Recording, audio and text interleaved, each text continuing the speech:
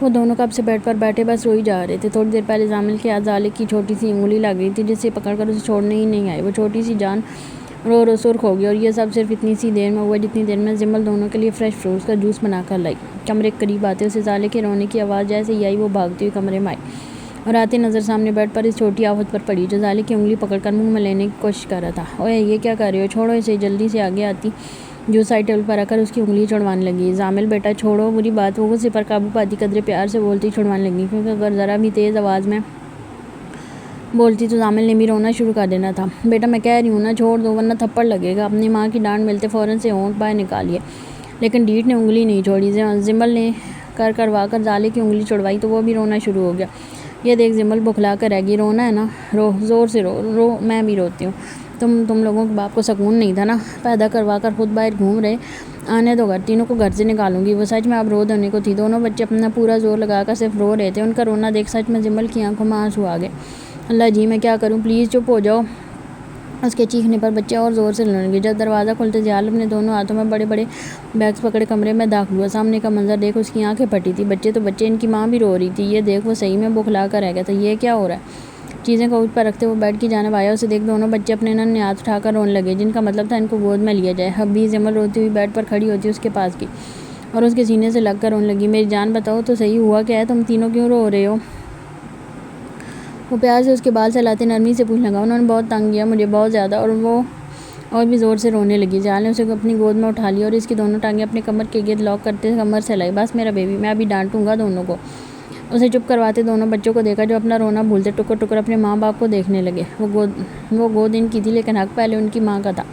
یہ بات ان دو ننھی سی جانوں کو کون سمجھاتا؟ آپ ان کو ساتھ لے جایا کریں ورنہ میں پاگل ہو جاؤں گی، وہ سوں سوں کرتی بولی۔ دونوں جیسے جیسے بڑے ہو رہے تھے دونوں کی شرارتیں بھی بڑھ رہی تھیں، خاص طور پر زامل کی۔ ان دونوں کا رونا تو وہ شروع سے ہی نہیں دیکھ سکتی تھی۔ ٹھیک ہے، اور کوئی حکم؟ اب رونا بند کرو، مجھے ان دونوں کو بھی اٹھانا ہے۔ دیکھو کیسے دیکھ رہے ہیں۔ اس کے کہتے زمل نے مڑ کر ان دونوں کو دیکھا جو واقعی دیکھ رہے تھے۔ دیکھنے دیں، آپ میرے ابی ہیں، میرا حق ہے آپ کا۔ وہ اترنے کے بجائے الٹا اپنا چہرہ ضیال کی گردن میں چھپا گئے۔ چلو بچوں، اب کوئی اور ماما بابا ڈھونڈو۔ کیوں؟ وہ جلدی سے چہرہ باہر نکالتی ہوئے اسے گھور کر لڑاکا انداز میں بولی۔ کیا کیوں؟ اب تم ایسے کرو گی تو ان کو تو ڈھونڈنے پڑیں گے نہ نئے ماں باپ۔ اس کی بات پر زمل کچھ سوچ میں پڑی اور دھیرے سے ٹانگوں کا لاک کھولتی واپس سے بیڈ پر کھڑی ہو گئی۔ نہیں بس اب آپ ان کو بھی لے لیں۔ ضیال نے اس کا معصوم چہرہ دیکھا۔ وہ مشکل اپنی ہنسی دبائی اور باری باری دونوں بچوں کو گود میں لے کر پیار کیا۔ ضالع تو اپنے باپ کے لمس پر کھلکھلانے لگی تھی، لیکن زامل رو رو کر اپنی ماں کے ظلم بتا رہا تھا، ساتھ مم بھی کر رہا تھا۔ اسے شاید بھوک لگی تھی، یہ زمل کو بھی محسوس ہوا تھا۔ کیسا رشتہ اللہ پاک نے اولاد اور ماں کا رکھا ہے، جیسے اپنی اولاد کی بھوک کا اندازہ ان کے کہے بغیر ہو جاتا تھا۔ اسے دیں مجھے بھوک لگی ہوگی میرے بیٹے کو۔ پیار سے اسے اپنی گود میں لیتے اس کی روئی سے دونوں گال چومے اور زپ نیچے کر کے اسے فیڈ کروانے لگی۔ ضالع ضیال کے گال کو منہ میں لینے کی کوشش کرتی اسے پورا بھگو گئی۔ زامل کبھی فیڈ کرتا تو کبھی چہرہ باہر نکالتے مم کرنے لگتا۔ یہ ممی ہے میری جان، KFC کا زنگر نہیں، چپ کر کے پیو۔ زمل نے اس کے مم پر ہلکی سی چپت اس کی پیٹ پر رسید کی تو فوراً سے ہونٹ نکال گیا۔ ارے نہیں، مذاق کر رہی تھی۔ آئی ایم سوری میرا بیٹا، جلدی سے پیو، نینے کا ٹائم ہو گیا، ہم سوئیں گے مزے سے۔ وہ اپنی ماں کی باتیں جیسے سمجھتا کھلکھلانے لگا تھا، لیکن ان کا باپ سونے کے موڈ میں نہیں ہے۔ ضیال اس کی سونے والی بات سنتے جھٹ سے بولا، تو آپ باہر جا سکتے ہیں۔ وہ شان بے نیازی سے کہتی اپنے دونوں بچوں کو لیے سونے کے لیے لیٹ گئی۔ یہ دیکھ ضیال کی آنکھیں جھٹ سے چھوٹی ہوئیں۔ ان کو ان کا حق دے دیا اور میرا آپ کا حق آپ کا لے چکے ہیں، کہتے وہ آنکھوں پر ہاتھ رکھ گئی۔ بچے اس کے دونوں اطراف میں لیٹے چھوٹی چھوٹی انگڑائیاں لینے لگے تھے۔ کل کی بچی۔ زامل کو اٹھا کر دوسری جانب لٹاتے وہ زمل کو پوری طرح سے اپنے شکنجے میں جکڑ گیا۔ ہاں ابھی چھوڑیں اس کے نیچے دبی اس کی کھلکھلاہٹ پورے کمرے میں گونجنے لگی تھی، لیکن ضیال نے اسے نہیں چھوڑا، الٹا مزید اپنی باہوں میں بھرتے اسے خود میں قید کر دیا۔ زمل جانتی تھی وہ اپنے حق کے معاملے میں کتنا سیریس ہے، تبھی خود کو اس کے حوالے کر گئی۔ وہ بھی اس کی گردن میں منہ دیے پوری شدت سے اپنا حق وصول کرتا زمل کو کسی اور ہی حسین دنیا میں لے گیا۔ رات گئے وہ واپس گھر لوٹا تھا۔ اس کی گاڑی پورچ میں کھڑی ہوتی ایک نظر سامنے اوپر جاتی سیڑھیوں پر گئی۔ دل جیسے بھاری ہو رہا تھا۔ آج وہ کمرے میں اکیلا نہیں سونے والا تھا، اس کے ساتھ وہ تھی جسے اس نے پہلی بار میں ہی اپنے سارے حق دے دیے تھے، جس کے ساتھ اس نے اپنی حسین زندگی تصور کی تھی۔ لیکن اس کی زندگی تو بھیانک موڑ پر آ گئی تھی۔ برلاس کو گاڑی میں ایک دم گھٹن کا احساس ہوا۔ وہ بیلٹ کھولتے باہر آیا اور اندر کی جانب میر بخش کو آواز دیتے بڑھ گیا۔ اس کی آواز سن کر سدیش جلدی سے کچن سے باہر نکلا۔ سائیں، اس کے پکارنے پر برلاس نے اسے دیکھا اور اپنے قدموں کا رخ اس کی جانب بڑھا دیا۔ سائیں، میشی بی بی نے کہا تھا آپ آئیں تو آپ کے لیے کھانا لگا دوں، آپ بیٹھ جائیں۔ وہ ہمیشہ کی طرح مؤدب انداز میں بولا بھوک نہیں ہے مجھے، کہتے وہ جانے لگا جب سدیس نے پھر سے پکارا سائیں دودھ تو پی لیں۔ بی بی سائیں نے سختی سے تاکید کی تھی اگر آپ نے نہ پیا تو مجھ سے خفا ہوں گی وہ۔ بلاس نے نہ سمجھی اور خوف زدہ نظروں سے اسے دیکھا۔ وہ نہ چاہتے ہوئے بھی جا کر ڈائننگ ٹیبل کی کرسی پر بیٹھ گیا۔ اس کے بیٹھتے سدیس فوراً سے اندر گیا اور اس کے لیے دودھ سے بھرا گلاس ڈش میں رکھ کے لے کر آیا۔ تب تک بلاس اپنے موبائل میں گھس چکا تھا۔ اس پر نظریں گاڑی اس نے دودھ کا گلاس پکڑ لیا۔ جوں ہی وہ منہ سے لگایا اسے دودھ کا ذائقہ عجیب سا لگا۔ اس نے سدیس کو دیکھا، ایک آئی برو اچکائی۔ یہ کیسا دودھ ہے؟ تڑک کر پوچھا۔ سدیس ایک پل کو گڑبڑا گیا۔ وہ سچ سائیں بی بی نے خود بنایا تھا ڈرائی فروٹس ڈال کر۔ جلدی سے اس کے گوش سچ اتارا اور ورنہ یہی اس کے غصے کے نشانہ بن جاتا۔ بلاس اسے کچھ نہیں کہہ سکا، بس ایک کڑی نظر اس پر ڈال کر چپ چاپ دودھ پینے لگا۔ ایک ہی سانس میں گاڑھا ہونے کے باعث نہیں پی پایا۔ سدیس اب اسے دودھ پیتے دیکھ اپنی ہنسی دبانے لگا۔ بلاس خالی گلاس کرتے اٹھ کھڑا ہوا اور ایسے ہی اندر جانے لگا جب پیچھے سے سدیس کی آواز آئی، سائیں کل کے پلان کینسل کرا دوں؟ اس کے سوال پر بلاس نے نہ سمجھی سے اسے دیکھا۔ کیوں؟ کل تمہاری ماں کا ولیمہ ہے؟ اس کی بات پر ایک دم تڑک کر بولتے اسے ہی گڑبڑانے پر مجبور کر گیا۔ نہیں سائیں معذرت۔ عجیب وقوف سے بولتے آگے بڑھ گیا۔ پلان تو خود ہی کینسل ہو جائیں گے جب رات کو نیند پوری نہیں ہوگی۔ ہنستے ہوئے گلاس دھو کر رکھتے اپنے کوارٹر میں چلا گیا۔ کمرے کے باہر آتے اس کا دل زور سے دھڑکا تھا۔ عجیب سی حالت ہونے لگی تھی۔ وہ سمجھ نہیں پایا اندر جائے یا نہ جائے، لیکن جانا تو تھا۔ وہ ایک گہری سانس خارج کرتے دھیرے سے ناک گھما کر اندر آیا۔ سامنے ہی آئرہ بیٹھ کے ایک کنارے پر سمٹی شاید سو رہی تھی، لیکن نیند کچی ہونے کے بعد دروازہ کھلنے کے آواز پر وہ جھٹ سے اٹھ بیٹھی۔ ایک دم اٹھنے کے باعث کمر میں درد کی ایک شدید لہر سی دوڑ آ گئی تھی۔ وہ کمر پکڑے سنبھل ہی رہی تھی جب بلاس کی نظر اس کے سینے پر پڑی جہاں سے دوپٹہ ڈھلک کر گود میں آ گرا تھا۔ بلاس یک ٹک دیکھے گیا۔ نظریں اس منظر سے ہٹنے سے انکاری تھی۔ کچھ تھا جو اسے آئرہ کی جانب کھینچ جاتا۔ دونوں ہی اس بات سے ناواقف تھے کہ نکاح کے 3 بول ان کو کیسے ایک دوسرے کے قریب کر دیں گے۔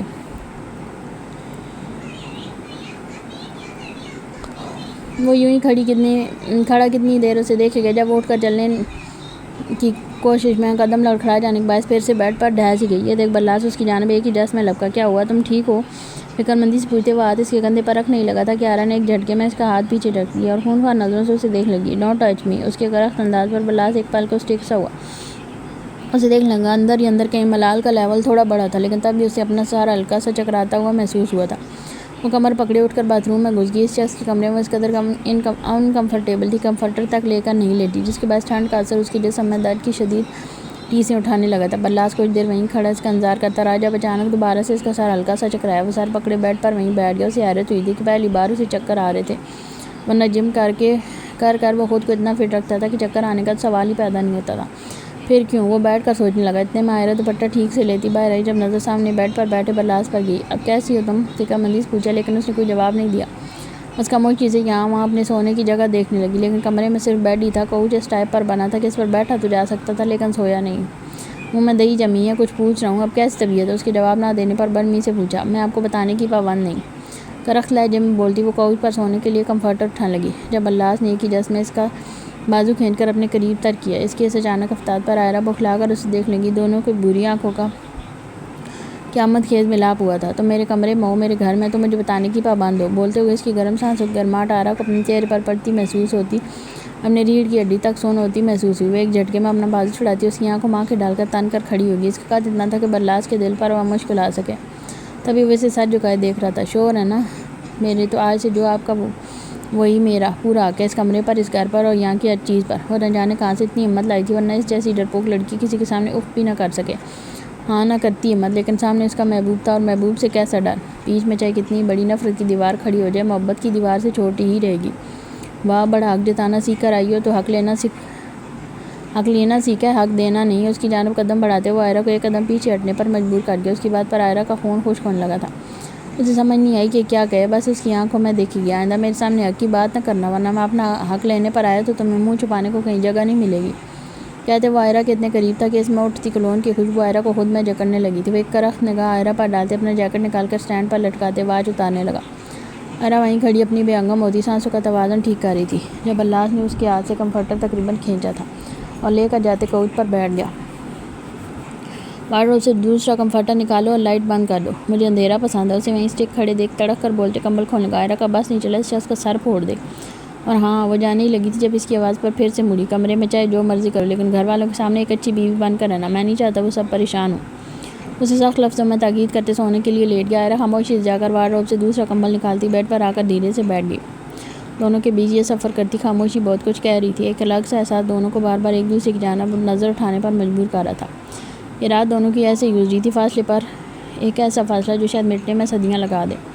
وہ کوچ پر لیٹ کر کبھی ایک بازو ایڈجسٹ کرنے کی کوشش کرتا تو کبھی دوسرا۔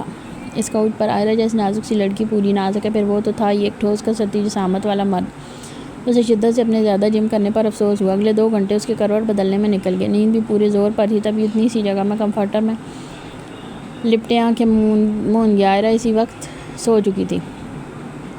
وہ ٹریک سوٹ پہنے شاید جوگنگ سے واپس لوٹا۔ صبح کی پھوٹ چکی تھی، آسمان پر ہلکی نیلی روشنی پھیلنے لگی تھی۔ آسمان میں چرند پرند چہچہاتے پھر رہے تھے۔ لاہور میں اس وقت زیادہ نہ سردی تھی اور نہ اتنی گرمی، اوپر سے اتنا بھاگ کر اس کا پورا وجود پسینے میں شربور ہو چکا تھا۔ اسے دور سے آتے دیکھ واچ مین نے گیٹ کھولا۔ وہ جیسے ہی اندر داخل ہوا، نظر سامنے لان میں بیٹھے اپنے باپ پر گئی۔ جیلانی صاحب سامنے ہی آج کے اخبار پکڑے تازہ ترین صورتحال سے آگاہی لے رہے تھے۔ اگلے مہینے الیکشن تھے جس میں انہیں پاشا کے سپورٹ کی بے حد ضرورت تھی۔ ان کے بغیر یہ الیکشن جیت پانا تقریباً ناممکن تھا، لیکن مسئلہ اب یہ تھا کہ انہوں نے حد سے زیادہ اپنا تعلق اس کے ساتھ خراب کر لیا تھا۔ وہ سوچ ہی رہے تھے جب ان کی نظر اخبار کے کونے میں موجود نیوز پر گئی، جہاں ملیشیا کے پریزیڈنٹ کی آمد کا ذکر ہوا تھا۔ 2 دن بعد وہ پاکستان آنے والے تھے۔ نہیں، یہ مسئلہ نہیں تھا، اصل حیرت کا جھٹکا ان کو اس پریزیڈنٹ کا نام دے کر ہوا تھا۔ اسے پڑھ کر تو گویا پورا آسمان ہی ان کے سر پر آن گرا تھا۔ اس وقت ان کی حالت کچھ یوں تھی کہ بدن کاٹو تو لو نہیں۔ اتنے میں احمد ان کے قریب آتا سامنے والی کرسی پر بیٹھ گیا۔ What's up dead? چیک کر پوچھا۔ جیلانی صاحب نے ایک خونخوار نظر اس پر ڈالتے پھر سے اخبار پر نظریں گاڑ لیں۔ یار آپ اب تک ناراض ہیں؟ سوری کر تو چکا ہوں، اور کتنی بار کروں؟ یہ بات بھی اس کو خود سے بولی تھی، مانو احسان کر رہا ہو۔ سوری؟ باپ پر ہاتھ اٹھا کر تم صرف سوری کہہ رہے ہو؟ انہیں جیسے صدمہ سا ہوا تھا۔ تو آپ کے خیال سے مجھے اپنی گردن اڑا دینی چاہیے، تب آپ معاف کریں گے؟ کم آن ڈیڈی، گرو اپ، ہماری کلاس میں یہ سب چلتا ہے۔ وہ بول ایسے رہا تھا جیسے کسی ہم عمر پر ہاتھ اٹھایا ہو۔ جیلانی نے افسوس سے اسے دیکھا۔ اس کے لیے انہوں نے اپنی بیٹی کو ایک درندے کے حوالے کیا تھا۔ وہ تو نہ جانے کون سی نیکی تھی کہ وہ درندہ ان کی بیٹی کے لیے زندگی میں ملنے والی ایک حسین نعمت ثابت ہوا تھا۔ آئندہ اپنی شکل بھی مت دکھانا۔ وہ غضبناک لہجے میں کللاتے اٹھ کر جانے ہی لگے تھے کہ پیچھے سے ہم جیسے ان میں سور سا پھونک دیا کہ ان کے قدم وہیں زنجیر ہو گئے۔ نوفل خانزادہ کی موت ہو گئی؟ اس نے گویا دھماکہ کیا تھا۔ وہ ٹرانس کی سی کیفیت میں اس کی جانب مڑے۔ کیا پاشا نے اسے مار دیا؟ پاشا نے نہیں، اس کے چھوٹے بھائی نے، اور موت بھی ایسی دی کہ دیکھنے والا کانوں کو ہاتھ لگائے، عبرت کا نشان بنا دیا ہے اسے۔ اس کے بعد پاشا بے کے ساتھ ساتھ اس کے چھوٹے بھائی کی دہشت بھی اب پورے ڈارک ورلڈ پر چھا گئی ہے۔ بی کیئرفل ڈیڈ، کہیں اس کا اگلا نشانہ آپ نہ ہو۔ جیلانی کے چہرے کے بدلتے رنگ دیکھ وہ اٹھ کر ان کے مقابل آیا۔ سنا ہے پاشا بے زندہ رکھ کر تڑپاتا ہے، لیکن چھوٹا بھائی مار کر اس شخص کی روح تک کو بھی تڑپا دیتا ہے۔ اس کی بات پر جیلانی کے چہرے پر ایک خوف کا سایہ سا لہرایا۔ اگر وہ ڈیول کو اتنی دردناک موت دے سکتا ہے تو اس کی طاقت کا اندازہ کر پانا ذرا بھی مشکل نہ تھا۔ وہ بے دم سے ہوتے وہیں کرسی پر پھر سے ڈھہ سے گئے تھے۔ نوفل کی موت کا جتنا صدمہ ہوا تھا، اتنا ہی ان کے دل میں اس بلڈی بیسٹ کا خوف بھی بیٹھ چکا تھا۔ اب اگر تم نے ذرا سی بھی شرارت کی تو ایک تھپڑ لگاؤں گی۔ چپ کر کے اپنے ٹوائز کے ساتھ کھیلو۔ صبح صبح اٹھ جاتے تھے دماغ کی دہی کرنے کے لیے۔ وہ دونوں کو فلور پر پیچھے نرم میٹرس پر بٹھاتی، ان کے کھلونوں کا ڈھیر لگا کر انگلی اٹھاتی، خاص طور پر زامل کو تاکید کرتی، اٹھ کر میشی کے ساتھ ناشتے کی تیاری کروانے لگی۔ وہ تو جیسے قسم کھا چکا تھا سب کی ناک میں دم کرنے کا۔ اس کے جاتے سالے کے کھلونوں میں ہاتھ مارنے شروع کر دیے۔ وہ معصوم سی گڑیا پہلے تو دیکھتی رہی، پھر جب اس طوفان نے اس کے ہاتھ میں پکڑی چھوٹی سی ڈال کھینچی تو وہ رونا شروع کی۔ زامل پٹ جاؤ گے؟ جمل اندر سے ہی چیخی تھی۔ تم جا کر ان کو دیکھ لو، یہ میں کر لوں گی۔ میشی ہنسی ہوئی اس کے ہاتھ سے بال پکڑتی خود کرنے لگی۔ جمل خود خواہ نظروں سے اسے دیکھتی باہر رہی، جہاں وہ زالے کے ہاتھ میں پکڑی ڈول کھینچ رہی تھی۔ باپ کی طرح ڈھیٹ ہو ایک نمبر کے، وہ جل کھوڑ کر بولتی، اسے گود میں اٹھا کر کمرے میں لے گئی۔ زیال اب تک سو رہا تھا۔ زامل خود کا زالے کی ڈول جیتنے کا پلان کینسل ہونے پر منہ پھاڑے رونا شروع ہو گیا۔ جمل نے جا کر اسے زیال کے پہلو میں لٹا دیا۔ تھوڑی دیر لگی تھی کہ زامل کی ٹیں ٹیں پر اس کی گہری نیند مخمور آنکھیں کھلنے لگیں۔ وہ کسمساتے جیسے ہی مڑا تھا نظر اس چھوٹی آفت پر گئی جو جان بوجھ کر پورا زور لگا کر رو رہا تھا۔ سنبھالیں اپنی اولاد کو، میری ناک میں دم کر دیا، صبح سے میری بیٹی کو تنگ کر رہا ہے۔ جمل زامل کا سارا غصہ بیچارے سوئے ہوئے زوال پر اتارنے لگی، جس کی آنکھ بھی ابھی نیند سے پوری طرح نہیں کھلی تھی۔ بلاس کو دے دو، مجھے سونے دو۔ منہ پڑا اوپر تکیہ لیتے پھر سے سو گئے۔ یہ دیکھ جمل کا چہرہ خون جل کر رہ گیا۔ ابھی اولاد آپ کی ہے تو سنبھالیں اس بیچارے کی، آج پہلی صبح ہے، اس کی بیوی کے ساتھ کچھ تو خیال کریں۔ وہ ڈھکے چھپے لفظوں میں سے سمجھانے لگی۔ زیال اس کی بات پر اسے دیکھنے لگا۔ تم کر رہی ہو میرا خیال؟ رات میں نے بھی تو محنت کی تھی، اٹھا دیا صبح صبح اپنے اس ڈینجرس الارم سے۔ دڑک کر بولتے وہ اٹھ کر بیٹھ کر ان سے ٹیک لگاتے زامل کو اٹھا کر اپنی گود میں لے کر بیٹھ گیا۔ وہ بھی اپنی باپ کی گود میں آتے، کبھی اس کے ہونٹ پکڑتا کبھی ناک۔ اس کے ننھے ننھے ہاتھ بے چین تھے جو ڈز ڈز اپنے ہی باپ کو پیٹ رہے تھے۔ حد ہے، آپ نے کر لیے نا 2 بچے پیدا، اب اس کو بھی کرنے دیں، بس اپنی پڑی رہتی ہے۔ وہ دڑک کر بولتی جانے ہی لگی تھی جب زیال نے اسے بازو سے پکڑ اپنی جانب کھینچ لیا۔ وہ ایک دم اس کے اوپر آ گری تھی۔ دونوں کے بیچ زامل تھا جو ٹکر ٹکر اپنے باپ کو دیکھ رہا تھا۔ پورا گھر بھی بھر جائے بچوں سے تب بھی ایسے ہی ٹوٹ کر جاؤں گا، صبح شام دن رات ہر پل ہر وقت خالہ ماں۔ اس کا راجہ پال میں بھاری ہوا تھا جس پر جمل کے دل نے ایک بیٹ مس کی تھی۔ وہ اس کی آنکھوں میں جھانکتی اپنا عکس دیکھنے لگی۔ ان آنکھوں میں صرف جمل فات تھی، اسی کے نام کا ایک جہاں آباد تھا۔ ناشتہ بنانا ہے، اس کے ہونٹ اپنے چہرے پر محسوس کرتے ہوئے دھیمے سے بولی۔ اس کی سانسوں کی گرماہٹ اس کے پورے بدن میں جیسے سنسنی سی دوڑا گئی تھی۔ میرے لیے تم کافی ہو، میرا فیوریٹ کھانا، تمہاری یہ ہونٹ۔ بولتے وہ پوری شدت سے اس کے ہونٹ اپنے ہونٹوں میں جکڑتے اس کی سانسوں کو جھنجھوڑ گیا تھا۔ جمل اس کے سینے پر ہاتھ رکھتی ایک دم پیچھے ہٹی۔ شرم کریں، نیچے دیکھیں۔ اس کے کہنے پر زیال نے نیچے دیکھا۔ زامل اپنی مٹر سی آنکھوں سے دونوں کو دیکھتے تالی بجانے لگا۔ یہ حرکت اس نے پہلی بار کی تھی۔ جمل زیال نے جھٹ سے ایک دوسرے کو دیکھ پھر سے زامل کو دیکھا جو کھلکھلاتا ہوا تالی بجانے کی کوشش کر رہا تھا لیکن آواز نہیں آ رہی تھی۔ جمل زیال دونوں کی سخت ہنسی چھوٹی۔ آپ فریش ہو کر آ جائیں، میں میشی آپی کے ساتھ ناشتہ بنوا لوں۔ وہ زامل کا گال چومتی اٹھ کر جانے لگی تھی جب اسے ایک شرارت سوچی۔ زامل پر جھکے زیال کا گال چومتی جلدی سے باہر بھاگی جبکہ وہ تو سٹک ہوا بس دیکھتا رہ گیا۔ رات دیر سے سونے کے باعث اس کی آنکھ دیر سے کھلی تھی۔ وہ دھیرے سے کسمساتی جیسے ہی اٹھ کر بیٹھی اس کی نظر سامنے پڑی اور پڑتے ہی جیسے پھٹی کی پھٹی رہ گئی۔ برلاس کمبل میں سال تک لپٹا زمین پر بے سود پڑا گہری نیند میں تھا۔ رات تھوڑی جگہ ہونے کے باعث شاید وہ گہری نیند میں نیچے گر گیا تھا لیکن اس کی آنکھ کیوں نہیں کھلی؟ آئرہ بیٹھی سوچنے لگی۔ وہ کیا جانے رات اس نے نشے والا دودھ پیا تھا جسے پی کر وہ دودھ دنیا سے بیگانہ زمین پر پڑا تھا۔ اس کا ایک دل کیا جسے جا کر اسے اٹھا دے لیکن اگلے ہی پل اس کی نفرت آڑے آنے لگی۔ وہ حقارت بھر نظر اس پر ڈالتے اٹھ کر باتھ روم میں گھس گئی۔ تھوڑی دیر تک وہ شاور لیتی جیسے ہی باہر نکلی دروازہ ناک ہونے لگا۔ اس کی آواز پر آئرہ نے گھبرا کر ایک نظر برلاس کو دیکھا۔ اسے سمجھ نہیں آئی کیا کرے۔ اتنے میں دروازہ دوبارہ ناک ہوا۔ وہ گھبرا کر جلدی سے برلاس کے قریب گئی۔ لب چباتے ہوئے اسے اٹھانے کے لیے ہاتھ بڑھانے لگی لیکن نہیں لگا پائی۔ دل بری طرح سے دھک دھک کر رہا تھا۔ تیسری بار ناک ہونے پر وہ ڈر کر اچھلتی برلاس کی ویسٹ مٹھی میں جکڑ گئی۔ برلاس اور گہری نیند میں تھا تبھی اس کی آواز نہیں سن پایا۔ برلاس اٹھیں، دروازے پر کوئی آیا ہے۔ اس کی کانپتی آواز لہروں میں سفر کرتی جیسے ہی اس کی سماعتوں میں گونجی۔ وہ دھیرے سے کسمسا کر ہلکا سا سر اٹھا کر اسے دیکھنے لگا۔ دروازے پر کوئی ہے۔ اسے جاگتے دیکھ پیچھے ہو کر بیٹھتی پھر سے بولی، تو ہاتھ نہیں ہے تمہارے، جا کر کھول دو۔ وہ تڑک کر بولتے پھر سے آنکھیں بند کر گیا۔ اس کے اس انداز پر آئرہ نے کلس کر اسے دیکھا۔ اسے افسوس ہوا تھا اس نے اسے کیوں جگایا، تو رات کیوں بھاشن دیا تھا کہ گھر والوں کے سامنے اچھے سے رہنا۔ وہ تڑک کر بولتی جانے ہی لگی تھی جب برلاس نے بے دھیانی میں اس کی کلائی پکڑ لی۔ رکو، زیادہ مدر انڈیا بننے کی ضرورت نہیں ہے۔ وہ کوئی کم نہیں تھا، اس سے بڑھ چڑھ کر جلے کٹے انداز میں بولتا۔ اٹھ کر بیڈ پر جا کر دھم سے گر گیا۔ اب کھول دو، میرا منہ مت دیکھو، نفرت کم ہو جائے گی۔ اسے خود کو گھوٹتے دیکھ مزید خون جلاتا پھر سے سونے کی تیاری پکڑ گیا۔ سر اب تک بری طرح سے چکرا رہا تھا۔ اس کی بات پر آئرہ ایک نفرت بھری نگاہ سے کے سوئے ہوئے وجود پر ڈالتی دروازے کی جانب بڑھ گئی، جسے ہاتھ بڑھا کر چٹخنی نیچے کرتے جیسے ہی دروازہ کھلا سامنے میشی کھڑی تھی۔ اٹھ گئی تم، جلدی سے ناشتے کی ٹیبل پر آ جاؤ، اور یہ برلاس نہیں اٹھا ابھی تک۔ بولتے اس نے نظریں پیچھے گھمائیں۔ وہ سامنے اوندے منہ پڑا تھا، وہیں میشی کی نظر گھومتی ہوئی آئرہ کے گیلے بالوں پر جیسے ہی اس کی آنکھیں ایک دم چمک اٹھیں۔ آئرہ اس کی نظروں کے تعاقب اپنے بال دیکھتی نہ سمجھی سے میشی کو دیکھنے گئی۔ جلدی آ جانا، اوکے؟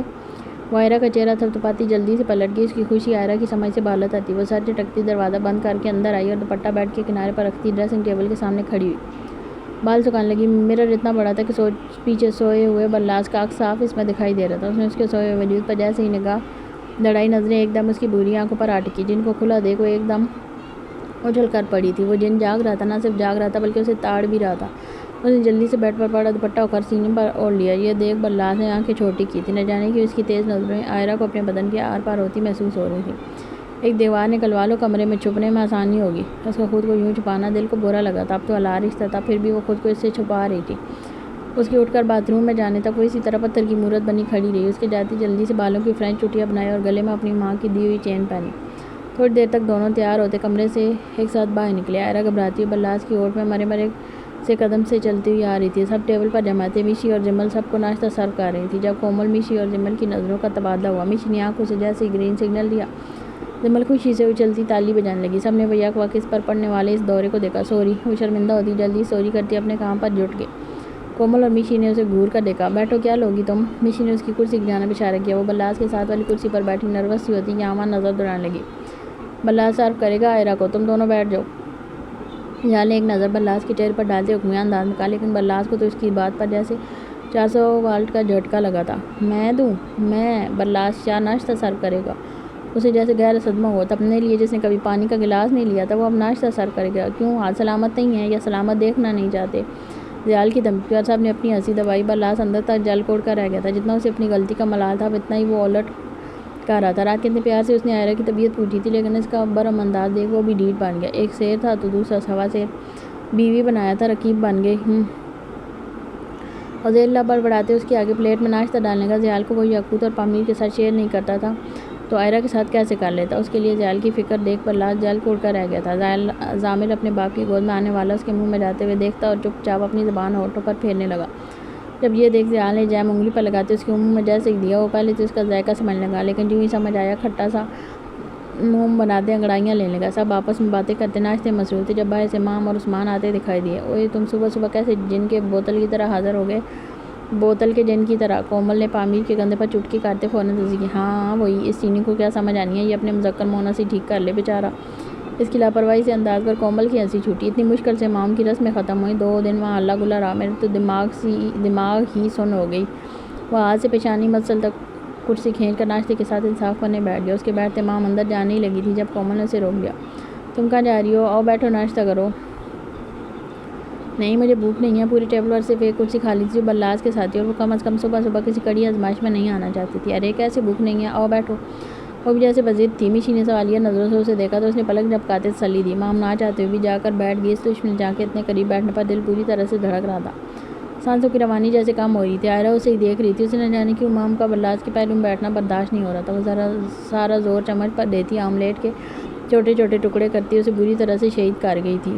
اور سناؤ کیسی رہی تمہاری رسمیں؟ مامیر نے رسم لفظ پر زور دیتے کچھ پوچھنا چاہا، جیسے عثمان فوراً سمجھ گیا۔ خاک رسم ہونی تھی، رسم تو بڑھ گئی۔ اس کا انداز اتنا کیوٹ تھا کہ سب کی بے ساختہ ہنسی چھوٹی۔ خیر ہے تمہیں فروٹ چاٹ ملے گی۔ سب کے بیچ ان کی ذومعنی باتیں خواتین کے علاوہ باقی سب میز نے سمجھ رہے تھے۔ کیا آپ کو فروٹ چاٹ کھانی ہے؟ میں بنوا دیتی ہوں، میشی کہتی میڈ کو آواز دینے لگی۔ اس کی بات پر پامیر کا جو کہہ بلند ہوا۔ سب نے اسے ایسے دیکھا جیسے اس کے دماغی توازن کے بگڑ جانے کا خدشہ ہو، جبکہ عثمان اسے کھا جانے والی نظروں سے دیکھ رہا تھا۔ تم اپنے منہ بند رکھو، کانٹا اس کی جانب کرتے جل کر بولا۔ نہیں میرا منہ مذکر ہے، میں منہ بند کروں گا، تم اپنی منہ بند کرو۔ سب ان کی باتوں پر ہنس کر پاگل ہونے لگے تھے۔ زیال خود مسکرا رہا تھا، پامیر سلطان کا کچھ نہیں ہو سکتا تھا۔ تبھی کومل کی نظر مام کے ہاتھ پر پڑی۔ مام ہاتھ دکھانا۔ ہاتھ کے نام پر سب نے چونک کر اسے دیکھا۔ مام نے اس کے کہنے پر اپنا ہاتھ جیسے ہی آگے کیا، اس کی خود کی نظر اپنی ہتھیلی پر پڑی۔ جو نام اس نے خود بھی اب تک نوٹ نہیں کیا تھا، وہ کومل میر کی سکین کرتی نظروں سے دور سے سکین کر لیا تھا۔ یہ عثمان کی جگہ بلاس کا نام کیوں ہے؟ اس کے سوال پر مام کے ساتھ ساتھ سب نے حیرت سے اس کے ہاتھ کو دیکھا۔ ساتھ بیٹھے آئرہ اور بلاس کی نظر بھی اس کے ہاتھ پر پڑی۔ مام تو یوں تھی کہ بدن کاٹو تو لو نہیں۔ وہ کیا کر گئی تھی؟ اتنی بڑی غلطی۔ عثمان نہ سمجھی سے اس کے ہاتھ دیکھ رہا تھا۔ اسے اب تک اس رسم کا نہیں پتا تھا، لیکن اتنا ضرور پتا تھا کہ بلاس کا نام وہاں نہیں ہونا تھا۔ اس نے اپنے ساتھ بیٹھی مام کو دیکھا، چہرہ الجھن کا شکار تھا۔ کیا ہوا؟ چپ کیوں ہو؟ اسے خاموش دیکھ کومل پھر سے بولی۔ وہ میں اسے گھبراہٹ کے مارے الفاظ نہیں ملے۔ وہ بابی مہندی والا جیل تھا، بھول کر یہ لکھ دیا۔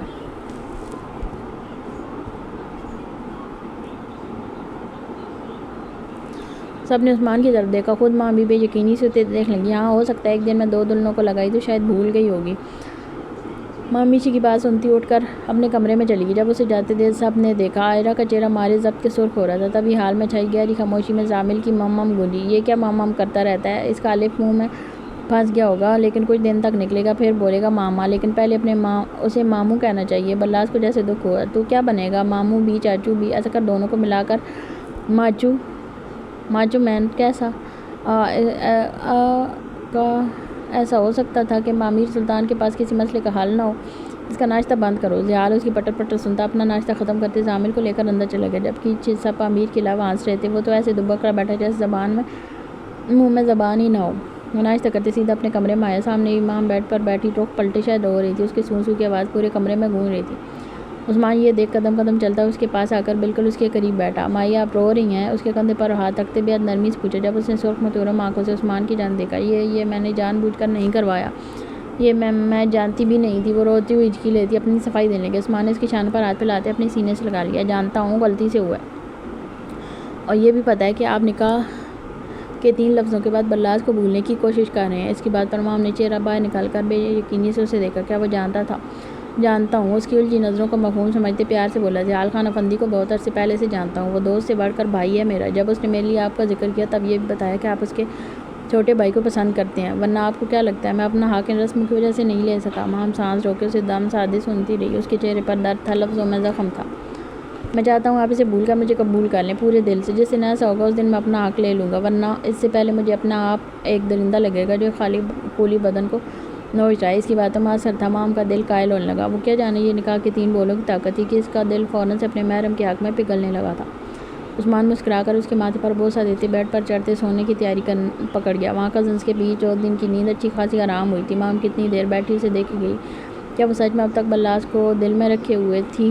کیسا تھا یہ شخص؟ ذرا بھی شکوہ شکایت نہیں کی؟ کیوں؟ اسے اپنے آپ میں شرمندگی سی ہونے لگی تھی۔ وہ دونوں ساتھ جوڑے بیٹھی کچھ خسر پسر کر رہی تھی۔ زامل زالے وہیں بیٹھے میٹرس پر کھیل رہے تھے جب بلاس جیکٹ کی جیب میں ہاتھ ڈالتے گنگناتا ہوا بات جانے لگا اور نظر ان تین خرافاتیوں پر پڑی۔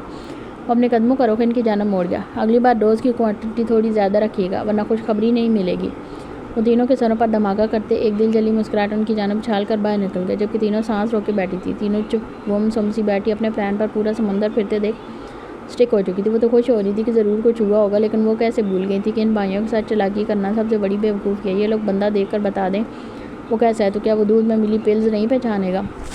اب پہچان کر کی تھی لیکن اثر پھر بھی نہیں ہوا کیونکہ سامنے بلاس آتا جس کو قابو کرنے کے لیے ایک یا دو پلز کافی نہیں تھی۔ کومل نے اپنے دائیں بائیں بیٹھی میشی اور جمل کو دیکھا۔ ان دونوں نے بھی اسے ایسے دیکھا جیسے کہہ رہی ہوں یہ کیا ہو گیا؟ تب ازالے کی رونے کی آواز آئی۔ جمل نے مڑ کر دیکھا تو زامل اس کے اوپر پڑا تھا۔ یا اللہ! وہ جلدی سے اٹھ کر اس کے پاس گئی۔ ازالے کے اوپر سے اٹھاتے تھوڑی دور کر کے بٹھایا۔ مم وہ بنا آواز والی تالی بجاتے جمل کو دیکھ مم کرنے لگا۔ یہ دیکھ اس کی ہنسی چھوٹی تھی۔ میری جان کا ٹکڑا اماں اس کے روئی سے گال چومتے اسے ایسی حرکتیں کر کے وہ اور بھی کیوٹ لگنے لگا تھا۔ بہن کو تنگ نہیں کرتے بری بات، اللہ میاں ناراض ہوں گے۔ اوکے اب نہیں کرے گا میرا بیٹا۔ وہ اس کی بات جیسے سمجھتا پھر سے تالی بجانے لگا۔ جمل اسے چھوڑ کر زالے کو گود میں اٹھاتی صوفے پر ان کے پاس آ کر بیٹھ گئی۔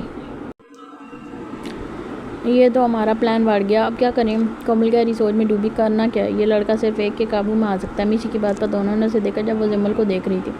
کچھ دیر لگی تھی دونوں کو سمجھنے میں لیکن سمجھتے جیسے آنکھیں چمک اٹھی تھی۔ میں کروں گی ابھی سے بات۔ ہاں اسے ساری بات پہلے سمجھانا تھا کہ وہ ٹھیک سے بلاس کو سمجھا دے ورنہ یہ دونوں ایسے ہی بے مقصد کی لڑائی لڑتے رہیں گے جبکہ دونوں ہی اپنی جگہ ٹھیک بھی تھے اور غلط بھی۔ اب بیٹھ کر ان کو چاہیے کہ معاملہ سلجھا لینا کہ بلی چوہے کی طرح لڑتے رہیں۔ کومل کی بات پر دونوں سر ہلانے لگے جب جمل زیاد سے بات کرنے کے لیے لفظوں کو دماغ میں ترتیب دینے لگی۔ زالے اس کی گود میں لیٹی اپنے ٹیڈی بیئر کو توڑ مروڑ رہی تھی جب میشی نوٹ کیا کہ جمل تو مم کرنے لگا ہے زامل تو مم کرنے لگا ہے لیکن زالے نے اب تک نہیں کیا۔ یہ زالے اب تک بولنا شروع کیوں نہیں کی؟ اس کے سوال پر جمل نے گود میں لیٹے زالے کو دیکھا۔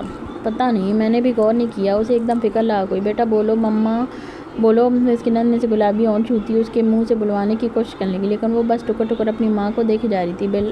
بولو بیٹا مما۔ وہ نہیں بولی، بس ہاتھ میں پکڑے ٹیڈی بیئر کو منہ میں لے لیتی۔ اٹس اوکے، کچھ بچے ہوتے ہیں جو دیر سے بولنا شروع کرتے ہیں۔ تم فی الحال زامل کے منہ میں پھنسا الف نکلوا لو۔ کومل کی بات پر دونوں کی ہنسی چھوٹی لیکن جمل کی نظریں زالے پر ہی تھیں۔ اس کے نام بولنے پر دل کو کچھ ہوا تھا۔ وہ سیدھا چت لیٹا کب سے چھت کو گھورے جا رہا تھا۔ ایک ڈاکٹر اور ایک نرس اس کے قریب کھڑے تھے۔ ڈاکٹر ہاتھ میں سیزر پکڑے اس کی پٹیاں کھول کر نیو بینڈیج کر رہا تھا۔ زخم اب تک ہرا تھا مگر مجال ہے وہ جو درندہ تھوڑا سا بھی درد محسوس کر رہا ہو۔ رات آپ الٹے ہو کر سوئے ہیں؟ ڈاکٹر اپنے کام مگن سوال کیا پوچھنے لگا۔ کیوں؟ جواب دینے کے بجائے الٹا تڑک کر پوچھا۔ کیونکہ آپ کے سینے پر خون جم کر اس ڈائریکشن میں جم چکا ہے۔ جب تک زخم نہیں بھرتا آپ کو سیدھا لیٹنا ہے۔ کروٹ بھی بدلیں تو کسی چیز کا سہارا لے کر بدلیں جیسے کوئی تکیہ رکھ لیں تاکہ اس زخم پر وزن نہ آئے۔ وہ اپنے پروفیشنل انداز میں اسے تاکید کر رہے تھے جبکہ تکیے کے نام پر اسے آرا کا خیال ذہن میں آیا۔ اب تو اس کے پاس اپنا ذاتی تکیہ بھی تھا لیکن استعمال کے قابل اب تک نہیں ہوا تھا۔ کتنی دیر اسے مزید لگی؟ ڈاکٹر نے تین دن بعد اسے بینڈیج بدلوانے کا پھر کہا تھا۔ رات بے سود ہونے کے بعد زخم ٹھیک ہونے کے بجائے الٹا خراب ہو چکا تھا۔ گھر واپس لوٹتے اس کا ذہن کئی الجھنوں کا شکار تھا۔ اسے اپنے رویے پر نہ جانے کیوں پچھتاوا سا ہو رہا تھا۔ اس نے غلطی کی تھی تو معافی مانگنی چاہیے تھی لیکن وہ تو الٹا بچوں کی طرح جھگڑ رہا تھا۔ گھر پہنچتے پہنچتے اس نے دل میں تہیہ کر لیا تھا کہ وہ آئرہ سے معافی مانگے گا۔ گاڑی سگنل پر رکی تھی جب ایک بچہ ہاتھ میں تازہ گلاب کے بنے گجرے لیے اس کی گاڑی کا شیشہ بجانے لگا۔ بلاس نے جیسے ہی شیشہ نیچے کیا وہ بچہ پھول اس کے آگے کر گیا۔ صاحب یہ لے لیں، صبح سے ایک بھی نہیں بکا۔ صاحب لے لیں نا۔ اس بچے کی آنکھوں میں نمی تھی، چہرے پر قرب رزق کی تڑپ اور کمزور اتنا تھا مانو اتنے دن سے کچھ کھایا نہ ہو۔ بلاس کو بے اختیار اس پر ترس آیا لیکن گجرے دیکھ اس کا ذہن کہیں اور گیا تھا۔ میرا بھائی تمہارے لیے یہ گجرے لیتا پھر رہا ہے اور تم یہاں ہو؟ اس کے ہاتھوں میں اس کی محبوبہ کے مومی ہاتھ تھے۔ کتنا حسین لمحہ تھا نا، لیکن اس لمحے میں کچھ بگڑ جانے کا ڈر بھی تھا جو آج پورا ہو گیا تھا۔ اس کا دل یک دم کسی گہری کھائی میں ڈوبنے لگا۔ کیا کر گیا تھا وہ؟ کاش نہ کرتا۔ وہ اپنی سوچوں اور ملال میں گم تھا جب اس بچے کی آواز اسے ہوش کی دنیا میں لائی۔ صاحب لے لینا، اتنے دن سے کچھ کھایا نہیں۔ اس کی بات پر بلاس کے دل کو کچھ ہوا تھا۔ اس نے اپنے والیٹ سے 4-5 ہزار کے نوٹ نکال کر اس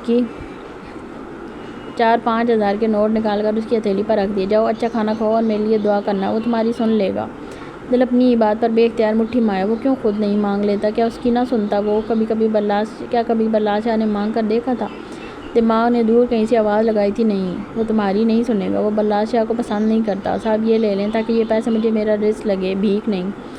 کتنا خوددار بچہ تھا۔ اس کی بات پر بلاس کی لبوں پر مبہم سی مسکراہٹ آن ٹھہری۔ میں بھی نہیں چھوڑنے والا تھا۔ کہتے اس نے 2 گجرے اور ایک بال میں لگانے کے لیے پھولوں کی لڑی لے لی، ان کی مہک میں اسے آئرہ کی مہک محسوس ہوئی تھی۔ اتنے میں سگنل بھی گرین ہو گیا، وہ گاڑی پھر سے سٹارٹ کیے، خوش پاش سا گھر کی جانب بڑھ گیا۔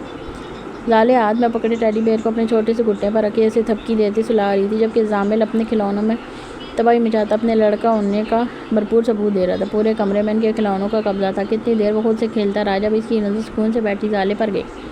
مٹر مٹر سی آنکھیں چمک اٹھیں، وہ ہلکے ہلکے گھٹنے اٹھائے آگے بڑھنے کی کوشش کرنے لگا، لیکن ناکام ہوتے منہ کے بل دھڑام سے بیڈ پر ہی گر گیا اور رونا شروع کر دیا۔ حد ہے، سکون نہیں ہے تمہیں؟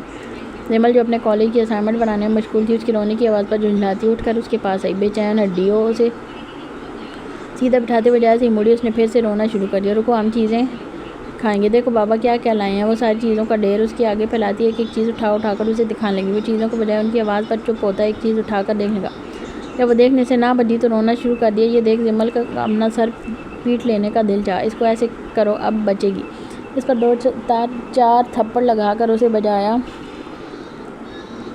اس کی دیکھا دیکھی زامل بھی ڈز ڈز مارنے لگا، اسے یہ ایک دلچسپ کھیل لگا تھا۔ وہیں دوسری جانب زالے بھی ٹیڈی بیئر چھوڑے ان چیزوں میں ہاتھ مارنے لگی۔ دونوں ایک نئے کھیل میں مشغول ہوئے ہی تھے کہ ایک ہی چیز پر دونوں کا ننھا سا ہاتھ پڑا، کبھی زالے اسے اٹھانے کی کوشش کرے تو کبھی زامل۔ یہ دیکھ جمل کا دماغ بھاگ سے اڑا، مطلب اس کا پاگل ہونا طے تھا۔ نہیں، اندھے ہو، باقی چیزیں نظر نہیں آئیں تم دونوں کو؟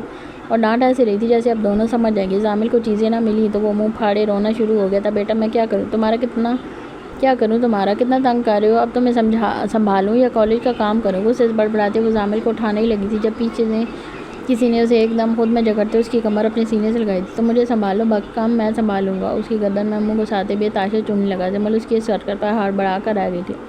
ابھی کیا کر رہے ہیں؟ دروازہ کھلا ہے۔ اس کی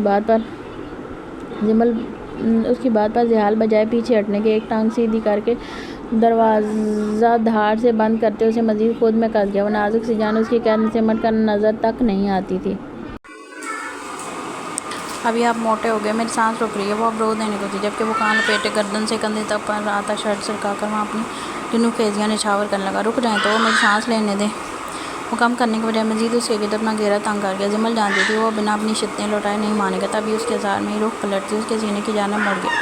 اب دونوں ایک دوسرے کے آمنے سامنے تھے۔ ذیال اس کی نازک سی کمر اپنے مضبوط ہاتھوں میں تھامے اس کی ہیزل آنکھوں میں جھانک رہا تھا۔ یہ ایک دم رومانس کا دورہ کیسے پڑ جاتا ہے آپ کو؟ وہ دونوں ہاتھ ذیال کے کندھے پر رکھتی شریر ہوتے بولی۔ جب تمہارا خیال آتا ہے تب تک مجھے یہ دورہ پڑتا ہے۔ وہ جمل کی چھوٹی سی ناک کی ٹپ چومتے محبت بھرے لہجے میں بولا تھا۔ ابھی زامل دونوں کی جنگ پھر سے شروع ہو گئی۔ یہ دیکھیں، ہر دن میں ان کے پیچھے پاگل رہتی ہوں، یہ آپ کا ثبوت چین سے رہتا ہی نہیں ہے۔ وہ پوری ماں کی فارم میں آتی شکایت لگا رہی تھی۔ کیوں بھائی، کیوں تنگ کرتے ہو میری بیوی کو؟ مار کھانی ہے ہاں؟ وہ جمل کو چھوڑے زامل کے ننھے ہاتھوں کو آپس میں جوڑ کر اسے ڈانٹنے لگا، اور وہ نازک ماں کی اولاد اتنی سی ڈانٹ بھی برداشت نہ ہو سکی تبھی ہونٹ نکالنے شروع کر دیے۔ ارے کیا ہوا میرا بیٹا؟ بابا نے ڈانٹا، بٹ آپ بھی تو ماما کو تنگ کر رہے ہو نا۔ اتنا تنگ کیا تو آپ کو تیسرا بہن بھائی نہیں لا کر دیں گے۔ وہ اس کی بات پر جمل جو دونوں باپ بیٹے کو پیار بھری نظروں سے دیکھ رہی تھی، اس کی بات پر جھٹ سے اسمائل غائب ہوئی اور وہ اسے زور سے دیکھتی کندھے پر دھپ رسید کر گئی۔ ابھی آپ کا پیٹ 2 سے نہیں بھرا جو آپ کو تیسرے کا دورہ پڑ رہا ہے؟ کلس کر بولیے۔ نہیں، میں اپنا بزنس انکریز کرنا چاہتا ہوں۔ وہ ڈھیٹ ابن ڈھیٹ تھا، مجال ہے جو کسی بات کا اثر لے جائے۔ جمل اسے بس دیکھ رہ گئی، اس کا کچھ نہیں ہو سکتا تھا۔ وہ سر لٹکتی ان چیزوں میں سے ٹافی اٹھا کر کھولنے لگی جب ذیال کی نظر اس کے ہاتھ پر پڑی۔ پل میں اس کی آنکھوں میں شرارت ابلی تھی۔ جمل کے ہاتھ سے ٹافی جو وہ منہ میں لے جانے ہی لگی تھی چھین کر اپنے ہونٹوں میں دباتے اس کے کان کے نیچے ہتھیلی جما کر اس کے ہونٹوں سے اپنے ہونٹ ملا گئے۔ ٹافی آدھی ذیال کے منہ میں تھی اور آدھی جمل۔ وہ آنکھیں پھاڑے ذیال کی پیشانی دیکھنے لگی، جبکہ وہ پوری ٹافی اس کے منہ میں لیتے اس کی مٹھاس کھینچ کر اپنے حلق میں اتارنے لگا۔ اس سے زیادہ جمل کے ہونٹوں کو مٹھاس اسے بھائی تھی۔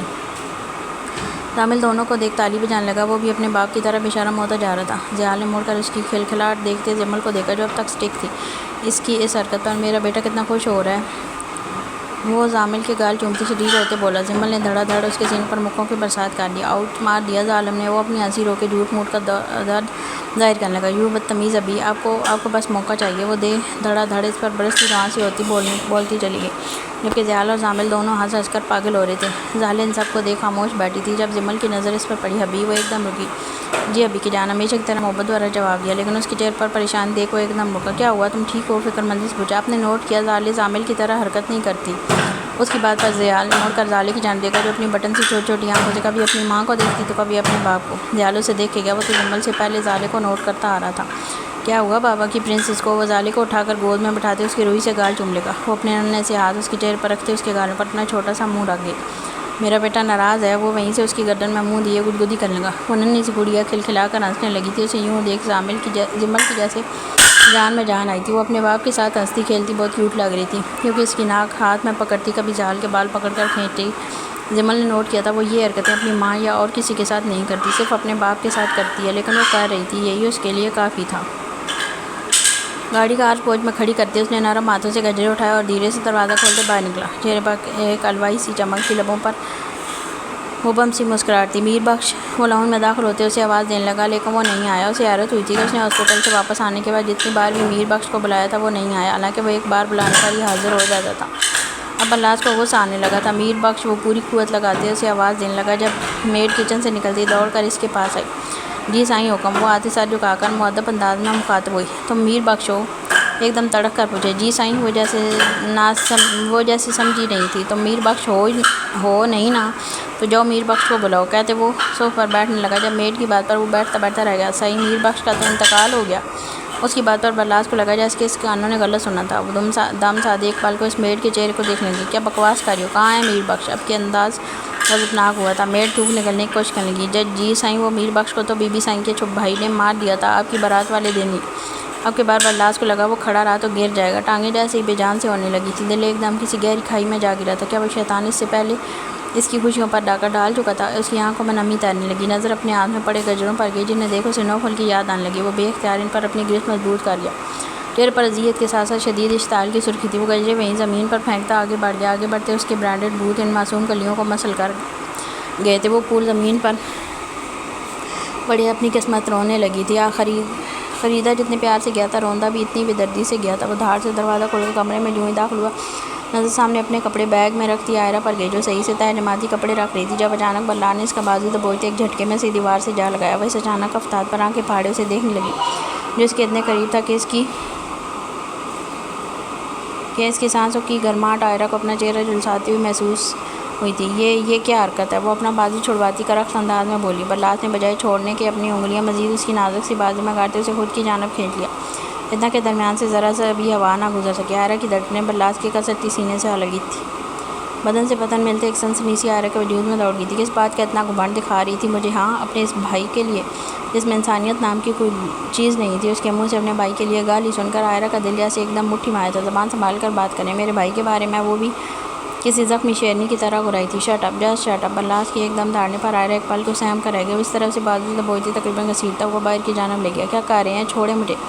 وہ در سے کراتی اپنا آپ چھڑانے کی کوشش کرنے لگی لیکن اس پر تو جیسے خون سوار تھا. لاؤن میں کومل میشی بیٹھی تھی. جب بلاس کے ہاتھ میں آئرہ کا بازو دیکھ دونوں کی آنکھ پھٹی. بلاس یہ کیا کر رہے ہو؟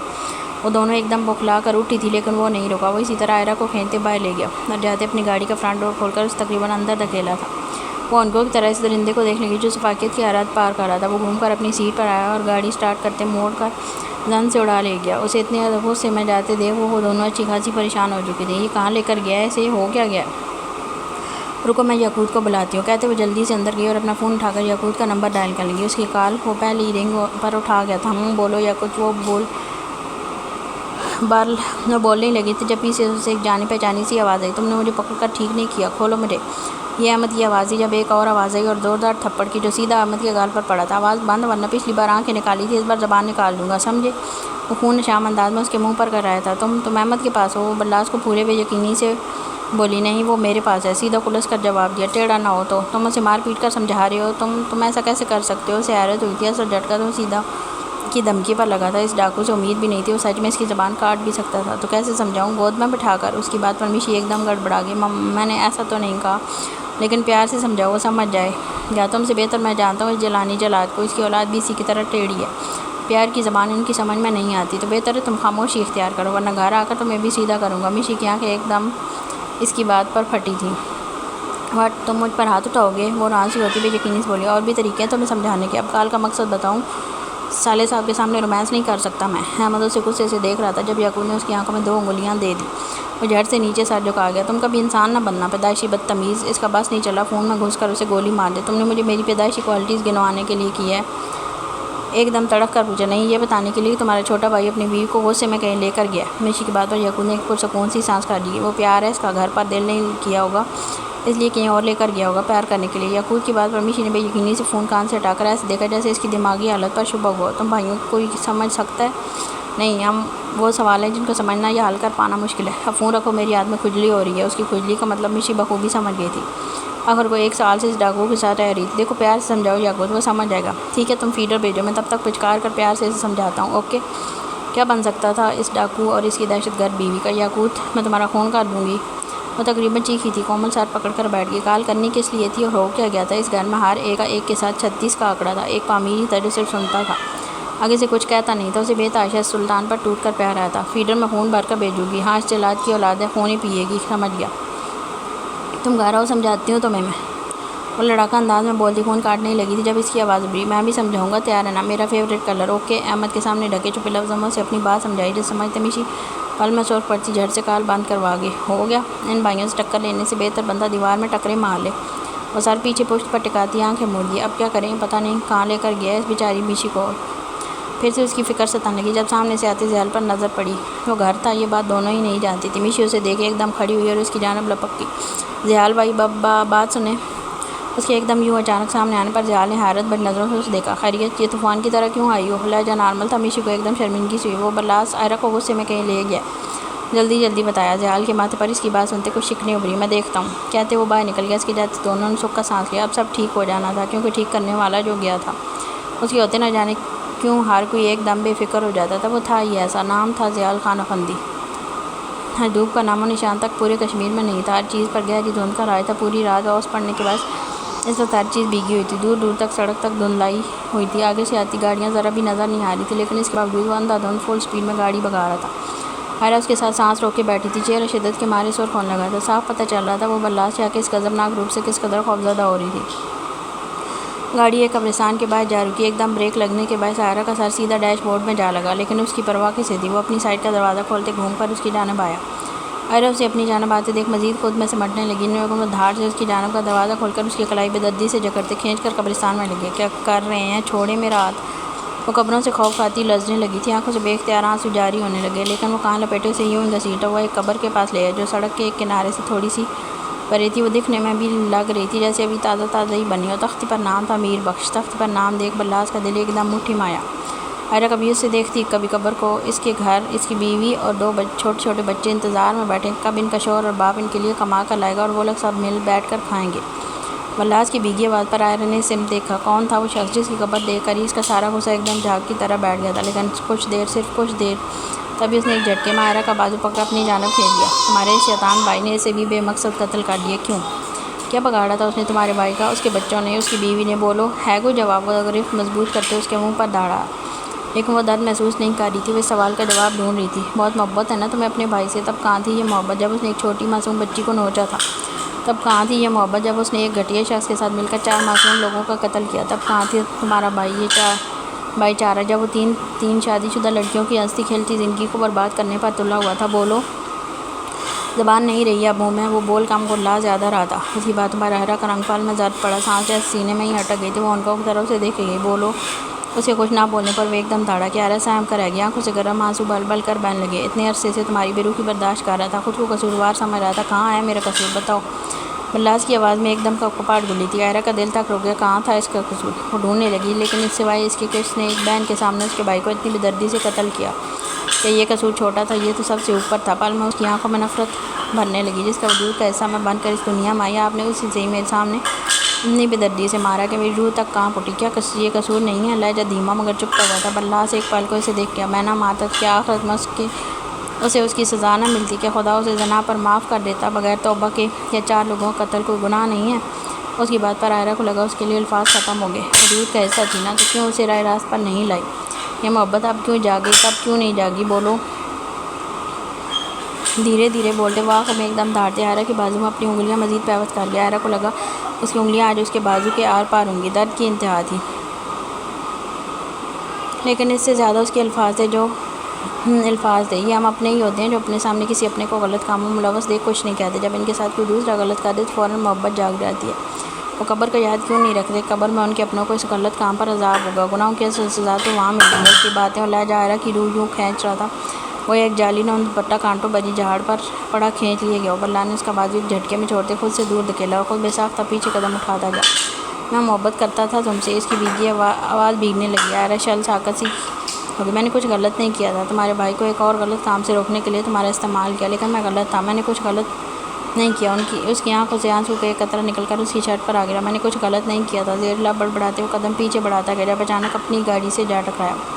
اسے گرتے دیکھ عائرہ اس کی جانب لپکنے ہی لگی تھی کہ برداشت کو سنبھلتے ہاتھ کھڑا کر کے اسے وہیں روک گیا. میں نے کچھ غلط نہیں کیا تھا. میں نے نہیں کیا کچھ غلط. وہ زور سے ڈانٹتے اپنے ہاتھ کا مکہ بناتے گاڑی کی شیشے پر پوری قوت سے مارتے اس کے ٹکڑے ٹکڑے کر گیا. یہ دیکھ عائرہ کا ہاتھ تڑپ کر منہ پر آیا تھا کہ اس کے سنبھل پر پھٹی کی پھٹی رہ گئی. دل ایک دم دہل کر رہ گیا تھا. میں غلط نہیں تھا. وہ اور زور سے دھاڑتے دوسرا شیشہ بھی اسی قوت سے توڑتا چکنا چور کر گیا. ہاتھ اور بازو میں جگہ جگہ کانچ کے نوکیلے ٹکڑے چپتے اس کا پورا بازو خون سے سرخ کر گئے تھے. اس کے ہاتھ پر اتنا خون دیکھ عائرہ کا دل اچھل کر حلق مانگا تھا. وہ تڑپ کر اس کی جانب دوڑی.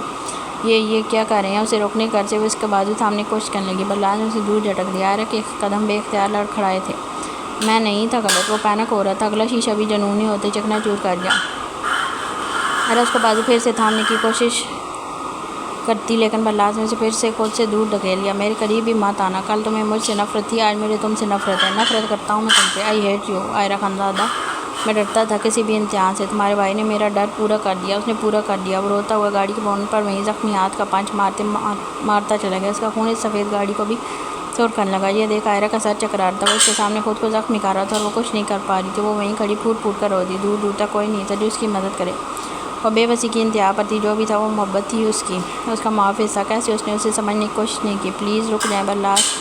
وہ روتی ہوئی التجا کرنے لگی لیکن اس نے نہیں سنی. اس کے سینے کی گولی کا زخم ادھرنے لگا تھا. وہاں سے خون نکلتا اس کی شرٹ سرخ کرنے لگا. عائرہ کا پورا بدن جیسے زلزلوں کی زد مانگا تھا.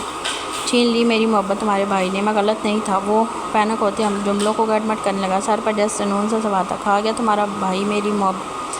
دور کہیں سے ایک گاڑی ان کے قریب آ رکی جس سے اترتے ضیال کو دیکھ عائرہ کو جیسے رکی سانس سے بحال ہوئی تھی. وہ دوڑ کر بلاس کی جانب آیا تھا. بلاس یہ کیا کر رہے ہو؟ اسے خون میں لت پت دیکھ ضیال کے ہوش اڑے تھے. وہ اسے بازو سے تھامے دور لے جانے لگا. جب وہ اپنے ہوش و حواس میں ہی کہاں تھی. کھا گیا اس کا بھائی میری محبت. وہ مارتا گیا. اس نے نہیں دیکھا. روکنے والا کون ہے؟ ضیال اس کا بازو سختی سے جکڑتے گاڑی سے ذرا فاصلے پر لے گیا. جہاں بلاس کا ہاتھ مارنے کے لیے اٹھ رہی تھا کہ سامنے کھڑے ضیال کو دیکھے ایک دم ہوا میں معلق رہ گیا. آنکھیں پھٹی. سانس جیسے اندر ہی کہیں اٹک سی گئی. یہ منظر قیامت تھا. وہی وقت جیسے رک گیا تھا. ہر جانب گہری خاموشی میں صرف ہوا کی سرسراہٹ کانوں میں گونج رہی تھی. اور اس کا اٹھا ہاتھ دیکھ عائرہ کا دل دہل کر رہ گیا. مارو. ایک لفظ. صرف ایک لفظ. بلاس شاہ کی روح تک کھینچ گیا. وہ خود اپنے ٹکڑے ٹکڑے کر سکتا تھا لیکن یہ عمل مار کر بھی نہیں کر سکتا. جس شخص کے آگے آج تک اونچی آواز نہ کی ہو اس پر ہاتھ کیسے اٹھ سکتا تھا؟ وہ بے جان سا ہوتا. ہاتھ اپنے پہلو میں گرا گیا. آنکھوں سے آنسو ابل ابل کر بہنے لگے. اسے اپنا بھائی چاہیے تھا. توڑ پھوڑ نہ ملے تو ضیال خان افندی مل جائے. وہ سامنے تھا. بلاس بے اختیار اس کے سینے سے جا لگا اور لگتے پھوٹ پھوٹ کر رو دیا. بچوں کی طرح اس سے لگتے دل جیسے بچہ بن جاتا تھا. ضیال اپنا اثار اس کے گرد ماتے اسے خود میں بھیج گیا. I'm so sorry بھائی. میں ایسا نہیں کرنا چاہتا تھا. یہ میں نے جان بوجھ کر نہیں کیا. اپنا اٹھا ہاتھ آنکھوں کے سامنے سے جا ہی نہیں رہا تھا. وہ پھوٹ پھوٹ کر روتے اسے بچوں کی طرح بتانے لگا. ضیال اس کی پیٹھ مسلتے چپ کروانے لگا. عائرہ ان دونوں کو ہی دیکھ رہی تھی. پہلی بار اسے مرد عورت کی محبت سے زیادہ دو بھائیوں کی جنونی محبت نظر آئی تھی. جانتا ہوں. اس کا لہجہ ہمیشہ کی طرح دھیما اور پرسکون تھا. اس نے مجھ سے میری محبت چھین لی. یہ نفرت کرتی ہے مجھ سے بھائی. یہ نفرت کرتی ہے. وہ زاروں قطار روتے اسے بتانے لگا. اس وقت وہ ایک بچہ لگ رہا تھا جو اسکول کے بچوں کی طرح اپنے باپ کو شکایت لگا رہا تھا. نہیں کرتی. وہ محبت کرتی ہے تم سے. وہ جانتا تھا وہ کس قدر ڈرتا تھا ان باتوں سے اور قسمت نے اسی کے حصے میں یہ ڈر لکھ دیا تھا. بلاس اس کے چہرے پر بات پر چہرہ باہر نکال کر اسے دیکھنے لگا. پورے وجود پر ایک لرزہ ستالنے لگا. نہیں. اس نے کہا تھا یہ نفرت کرتی ہے. میں اس کی نفرت برداشت نہیں کر سکتا. میں نہیں کر سکتا بھائی. وہ روتے ہوئے تڑپ کر پھر سے اس کے سینے سے لگ گیا. اس وقت وہ بلڈی بیسٹ نہیں تھا. وہ ضیال کی پہلی اولاد تھا. عائرہ دونوں کو دیکھی گئی. اس کے الفاظوں پر نہ جانے کیوں دل سوکھے پتے کی طرح لرزنے لگا تھا. ضیال اسے چپ کرواتے اسے اپنی گاڑی کی جانب لے کر گیا. عائرہ وہیں کھڑی تھی جب ضیال نے اسے دور سے آنے کا اشارہ کیا. دو مرے سے قدم اٹھاتی ان تک گئی. ضیال نے اس کے لیے پچھلی نشست کا دروازہ کھولا اور اس کے بیٹھتے آرام سے بند بھی کر دیا. بلاس اس کے ساتھ فرنٹ سیٹ پر بالکل ساکت بیٹھا نظر باہر آنے والی جھاڑیوں کو دیکھ رہا تھا. اسے پسند تھی یہ سوکھی ویران جھاڑیاں. بے رنگ کوئی ان کی فکر نہیں کرتا تھا. وہ یہ خود ہی پیدا ہو جاتی تھی. نہ کسی کا سہارا انہیں کسی کا سہارا تھا اور نہ اپنا کھانا پینا خود سے کرتی. یہ بڑی ہو جاتی تھی. ایسی لاپرواہ زندگی بھی نعمت تھی جس میں خاص طور پر کسی کا سہارا نہیں تھا. ورنہ ان کے مقابلے گھروں میں لگنے والے پودوں کو تھوڑے دن پانی نہ دو تو مرجھا کر ٹوٹ جاتے ہیں کیونکہ ان کو کیئر کی عادت تھی. وہ سیدھا ہاسپٹل آیا تھا. ڈاکٹر بلاس کے ہاتھ کی پٹی کے ساتھ ساتھ اس کا بینڈیج بھی بدل رہے تھے. عائرہ باہر بینچ پر ضیال کے ساتھ بیٹھی زمین تک رہی تھی. دماغ سن تھا. کچھ بھی سمجھنے یا سوچنے سے قاصر تھا. ضیال کی باتیں اسے بے جان کر گئی تھی. اس کی ماں اپنے ذرا سے حسد میں اپنے دونوں بچوں کی زندگی کیسے تباہ کر گئی تھی. وہ بے اختیار سوچنے پر مجبور ہوگی. مائیں ایسی بھی ہوتی ہیں. اگر وہ اس دن اس سے یہ نہ کہتی کہ اس کا بھائی ٹھیک ہے اور وہ لڑکی غلط، تو شاید آج آئرہ اپنے بھائی کو راہ راست پر لے آتی، لیکن اس کا تو خود برین واش کیا گیا تھا، اسے تو خود بھٹکایا گیا تھا۔ برلاس کا ذہن بہت سے معاملوں میں بچوں والا ہے۔ 22 سال کی عمر میں زیادہ نہیں ہوتی اور اسے رکھا بھی لاڑ سے گیا ہے، وہ کر جاتا ہے بہت سی ایسی غلطیاں، لیکن اتنا میں ضرور جانتا ہوں اس نے تمہارے ساتھ کچھ غلط نہیں کیا۔ اگر اس دن وہ تمہیں کڈنیپ نہ کرتا تو شاید تم خود بھی اس گلٹ میں نہ جی پاتی کہ تمہارے ہوتے ہوئے تمہارے بھائی نے ایک بار پھر ایک لڑکی کی عزت خراب کی۔ کیا جی پاتی تم اس گلٹ میں؟ اس نے گردن موڑ کر اس سے سوالیہ پوچھا۔ آئرہ کچھ نہیں بول سکی، وہ خاموش تھی، آنکھوں سے خاموش آنسو بہہ رہے تھے۔ ظالم کا ساتھ دینے والا بھی ظالم ہوتا ہے، یہ تو جانتی ہوگی نا تم۔ اس کی خاموشی میں اپنا جواب ڈھونڈتے اس نے ایک گہری سانس خارج کی۔ کچھ دن ٹھہر کر سوچو تو تمہیں پھر بھی میرا بھائی غلط لگے تو میں تمہیں آزاد کروا دوں گا اس سے، تم جہاں چاہے اس کے پاس چلی جانا۔ اس کی بات پر آئرہ کی اپنی روح تک قبض ہوتی محسوس ہوئی، آپ بے اختیار کانپنے لگے۔ لیکن میں وہ منظر نہیں بھول پا رہی۔ اس کی آنکھوں کے سامنے وہ سیاہ تاریک رات پل میں لہرا گئی، اس کے بھائی کا خون میں لت پت وجود۔ میں نے سنا ہے کچھ گناہوں کی سزا خدا دنیا میں ہی دے دیتا ہے تاکہ آخر میں اس کے بندے کو کم تکلیف ملے۔ ہو سکتا ہے تمہارے بھائی کا کوئی عمل اسے پسند ہو جس کی وجہ سے اسے اتنی دردناک موت دے کر آدھی سزا یہیں دے دی۔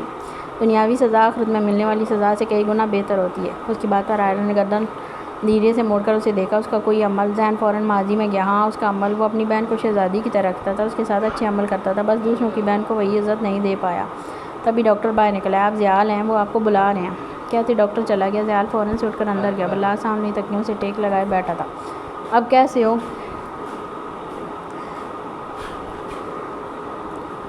اس کے قریب آتے نرم لہجے میں پوچھا۔ برلاس نے اسے ایک نظر دیکھا اور اس کا ہاتھ پکڑ کر اپنے قریب بٹھایا، اپنا سر اس کے سینے پر ٹکا گیا۔ یہاں سکون تھا، ایسا سکون جسے لفظوں میں بیان کر پانا مشکل تھا۔ جمل نے دیکھ لیا تو جل کر آدھی ہو جائے گی۔ برلاس کے بالوں میں انگلیاں چلاتے منہ بند سا مسکرا دیا۔ ایک کوشش اسے ہنسانے کی، لیکن وہ مسکرایا تک نہیں۔ وہ میری بہن ہے، مجھ سے کبھی نہیں جلے گی۔ لہجے میں ولا کی محبت تھی، لیکن چہرہ سنجیدہ تھا۔ بھائی بن کر رہو، سالہ بننے کی کوشش کی تو گارنٹی نہیں تمہاری ہڈیاں بھی بچیں گی یا نہیں۔ فکر ناٹ، میرے پیچھے میری بہن ہے میرا بدلہ لینے کے لیے۔ کسی بگڑے بچے کی طرح بولتے ہوئے چہرہ مزید اسے سینے میں گھسا گیا۔ آخر ایسا وقت آ گیا تھا ایشین گینگسٹر کو ایک پدی سی لڑکی کے نام پر ڈرایا جا رہا تھا۔ صحیح ہے بھائی۔ تبھی دھیرے سے دروازہ کھلا۔ دونوں نے اس جانب دیکھا، سامنے سے آئرہ اندر داخل ہوتی دکھائی دی۔ اسے دیکھ برلاس بے اختیار سر اٹھاتا چلا گیا۔ دونوں کو بھوروں آنکھوں کا ملاپ ہوا تھا، دونوں کے دلوں نے ایک ایک بیٹ مس کی۔ یہ دیکھ ضیال اٹھ کر جانے لگا جب برلاس نے اسے پکڑتے پھر سے اپنے پاس بٹھا لیا۔ اس کو کہیں یہ جائے یہاں سے، اس کے سخت لہجے میں بولتے وہ پھر سے ضیال سے لگ گیا۔ اس کی بات پر آئرہ کا دل جیسے کسی نے مٹھی میں بھیج دیا تھا۔ تبھی ضیال کا موبائل بجنے لگا۔ اس نے نکال کر دیکھا، سامنے ایک گلالے نام چمکا رہا تھا۔ رکو میں ابھی آیا، کہتے وہ اٹھ کر باہر نکل گیا۔ کمرے میں ایک دم گہری خاموشی چھائی تھی۔ اب کیسا ہے آپ کا زخم؟ اس نے ڈرتے ڈرتے دھیرے سے پوچھا۔ کون سا زخم؟ اس کے سوال پر آئرہ ایک دم ٹھٹکی۔ مطلب ناسمجھی سے پوچھا۔ جو دل پر دیا وہ یا جو سینے پر دیا وہ؟ اس کی بات پر آئرہ کے چہرے کا رنگ ایک دم پھک پڑا۔ وہ کچھ نہیں بول سکی، وہ بھی اس کے چہرے کو خاموشی سے دیکھے گیا۔ رات گئے وہ کمرے سے باہر نہیں نکلی تھی۔ میڈ کھانے پر بلانے آئی تو سر درد کا بہانہ کرتی ہوئے اسے بھی ٹرخا گئی۔ پورا دن بیڈ پر پڑی وہ اپنی گہری سوچوں میں گم رہی۔ عثمان 2 گھنٹے کی نیند لیتا اپنی کسی بزنس ڈیل کے لیے چلا گیا تھا۔ اس کے جاتے مام نہ جانے کیوں صرف اسے ہی سوچ رہی تھی، کیوں وہ نہ چاہتے ہوئے بھی اس کی جانب کھینچی چلی جا رہی تھی۔ اس کا صرف ایک جملہ، میں چاہتا ہوں آپ دل سے مجھے قبول کریں، میں تب تک آپ کے قریب بھی نہیں آؤں گا جب تک آپ کے دل میں برلاس شاہ کی جگہ رہے گی، عثمان لاشاری نہ آ جائے۔ کیا وہ اتنی بیوقوف عورت تھی کہ ایک سراب کے پیچھے بھاگتی رہی جبکہ پورا سمندر اس کا منتظر تھا؟ نکاح کے 3 لفظ اسے کھینچ رہے تھے، اس کی سوچوں پر رائے عثمان لاشاری کو قابض کر رہے تھے۔ اس کا پورا بدن جس کا روم روم کھڑا ہوتا اس پر ایک سحر سا طاری کرنے لگا تھا۔ دل عجیب سی کیفیت میں مبتلا تھا۔ دروازہ کھلا اور عثمان اندر داخل ہوا۔ چہرے سے وہ تھکا ہوا لگ رہا تھا۔ مام اسے دیکھے گی، وہ آتے بیڈ پر دھپ سے بیٹھ گیا۔ تبھی اس کا فون بجنے لگا۔ میں نے کہا تھا نا بنا بتائے نہ کرنا، تمہیں سمجھ نہیں آئی تھی؟ وہ مقابل پر ایک دم دھاڑا تھا۔ پیچھے بیٹھی مام سہم کر رہ گئی، وہ پہلی بار اسے شدید غصے میں دیکھ رہی تھی۔ تم اپنا خیر مناؤ اب، کہتے اس نے ٹھک سے کال بند کرتے موبائل پیچھے جیسے ہی پھینکا وہ مام کے ہاتھ پر جا لگا۔ اوہ آئی ایم سو سوری، میں نے دیکھا نہیں، لگی تو نہیں؟ وہ ایک دم فکر مند ہوتے پوچھنے لگا۔ موبائل اتنی زور سے نہیں لگتا۔ اس کی بات پر عثمان نے اسے دیکھا اور دھیرے سے مسکرا دیا۔ دماغ گھوم چکی ہے، بولتے ہی وہ وہیں لیٹ گیا۔ بے دھیانی میں اس کا سر عین مام کے سامنے آیا تھا۔ وہ جو آلٹی پالٹی مارے بیٹھی تھی اسے اتنے قریب دیکھ سانس تک روک گئی۔ عثمان کی آنکھیں بند تھیں، اس نے نہیں دیکھا۔ تبھی تکیہ لینے کے غرض سے اس نے جیسے ہی سر اٹھایا وہیں کا وہیں مولک رہ گیا۔ اب دونوں ایک دوسرے کی آنکھوں میں دیکھتے ایک پل کو سٹک ہوئے تھے۔ دونوں نے بے اختیار ایک ایک بیٹ مس کی۔ مام نے تھوک نگلتی نظریں جھٹ سے پھیلی۔ تکیہ ملے گا؟ نظریں اس کے چہرے پر گاڑے کھوئے کھوئے سے انداز پوچھا۔ مام نے فوراً سے پیچھے تکیہ رکھا، تکیہ اٹھا کر اس کے سر کے نیچے رکھنا چاہا تو عثمان نے اس کی کلائی پکڑ لی۔ میں نے سکون والا تکیہ مانگا ہے۔ اس کا لہجہ اپنے آپ بھاری ہوا تھا۔ مام کو لگا اس کا دل اچھل کر حلق میں آیا تھا۔ اس کے چہرے پر تھکاوٹ کے ساتھ جذبوں کی سرخی تک نمایاں تھی۔ ملے گا؟ اس کی خاموشی دیکھ پھر سے پوچھا۔ وہ کچھ نہیں بول سکی، اس کی خاموشی اس کی رضامندی تھی۔ عثمان کے لبوں پر مبہم سی مسکراہٹ آ گئی، وہ دھیرے سے اپنا سر مام کی گود میں رکھ گیا۔ اس کے چہرے کا رخ مام کی بیلی کی جانب تھا۔ اس کے سر رکھنے کی دیر تھی کہ مام کانپ کر رہ گئی۔ وہ سانس روک کے اسے دیکھ کے گئی۔ اس کے سکون کے ساتھ بونس ملے گی، سر میں تھوڑی مالش کر دے۔ مام اس کی مذکر مونس چھوڑے اس کے اتنے قریب ہونے پر اپنے دل کی پسلیاں توڑ کر باہر آنے پر بمشکل روک رہی تھی۔ جب عثمان نے خود اس کا ہاتھ اپنے سر پر رکھا اور آنکھیں موند گیا، پورے کمرے میں گہری خاموشی تھی۔ عثمان تھکاوٹ کے بعد جلدی گہری نیند میں چلا گیا، لیکن مام ایک انچ بھی نہ ہل سکی۔ وہ اسی طرح شل ساکت عثمان کا چہرہ دیکھتی رہی۔ کیا نہیں تھا اس میں؟ خوبصورت، ہینڈسم، اچھے اخلاق والا، جس کے پاس دھن دولت کی کمی نہیں تھی۔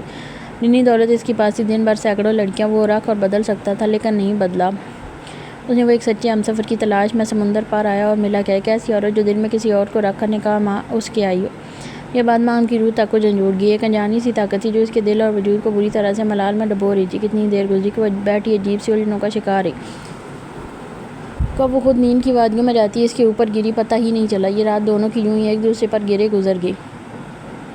صبح کی پاؤں پھوٹ چکی تھی، ہر طرف سنو فال شروع ہو چکا تھا۔ ضیال رات ہی گھر آ گیا تھا۔ یہ بات برداشت نہیں جانتا تھا کہ ہاسپٹل میں اس کے پاس صرف فائرہ تھی۔ دونوں فاصلے پر تھے۔ وہ صوفے پر بیٹھی بیٹھی سو چکی تھی، دوپٹہ ڈھلک کر گود میں پڑا تھا جب ڈاکٹر کی آواز پر اس کی آنکھ کھلی۔ اب کیسا فیل کر رہے ہیں آپ؟ ڈاکٹر اس کی ڈرپ اتارتے اس سے پوچھ رہا تھا جب بلاس کی نظر جو آئرہ کے سوئے ہوئے وجود پر ٹکی تھی گھوم کر ڈاکٹر کی جانب گئی۔ فیلنگ بیٹر، دو لفظی جواب دیتے وہ ڈرپ دیکھنے لگا۔ آپ کا خون ان دنوں بہت بہہ چکا ہے، کمزوری ہوگی، آپ کوشش کریں زیادہ سے زیادہ فروٹس کھائیں ورنہ یہ آپ کے لیے مسئلہ بن سکتا ہے۔ وہ ساتھ ساتھ تاکید کر رہے تھے۔ آئرہ اٹھ کر ان کے قریب آ گئی۔ آپ کیا لگتی ہیں ان کی؟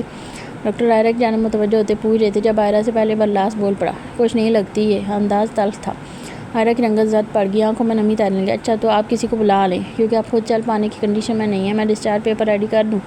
کہتے ڈاکٹر ایک پیاری سی مسکراہٹ اس کی جانب اچھال کر باہر نکل گیا۔ تم دوپٹہ ٹھیک سے نہیں لے سکتی، نشہ کر کے سوئی تھی؟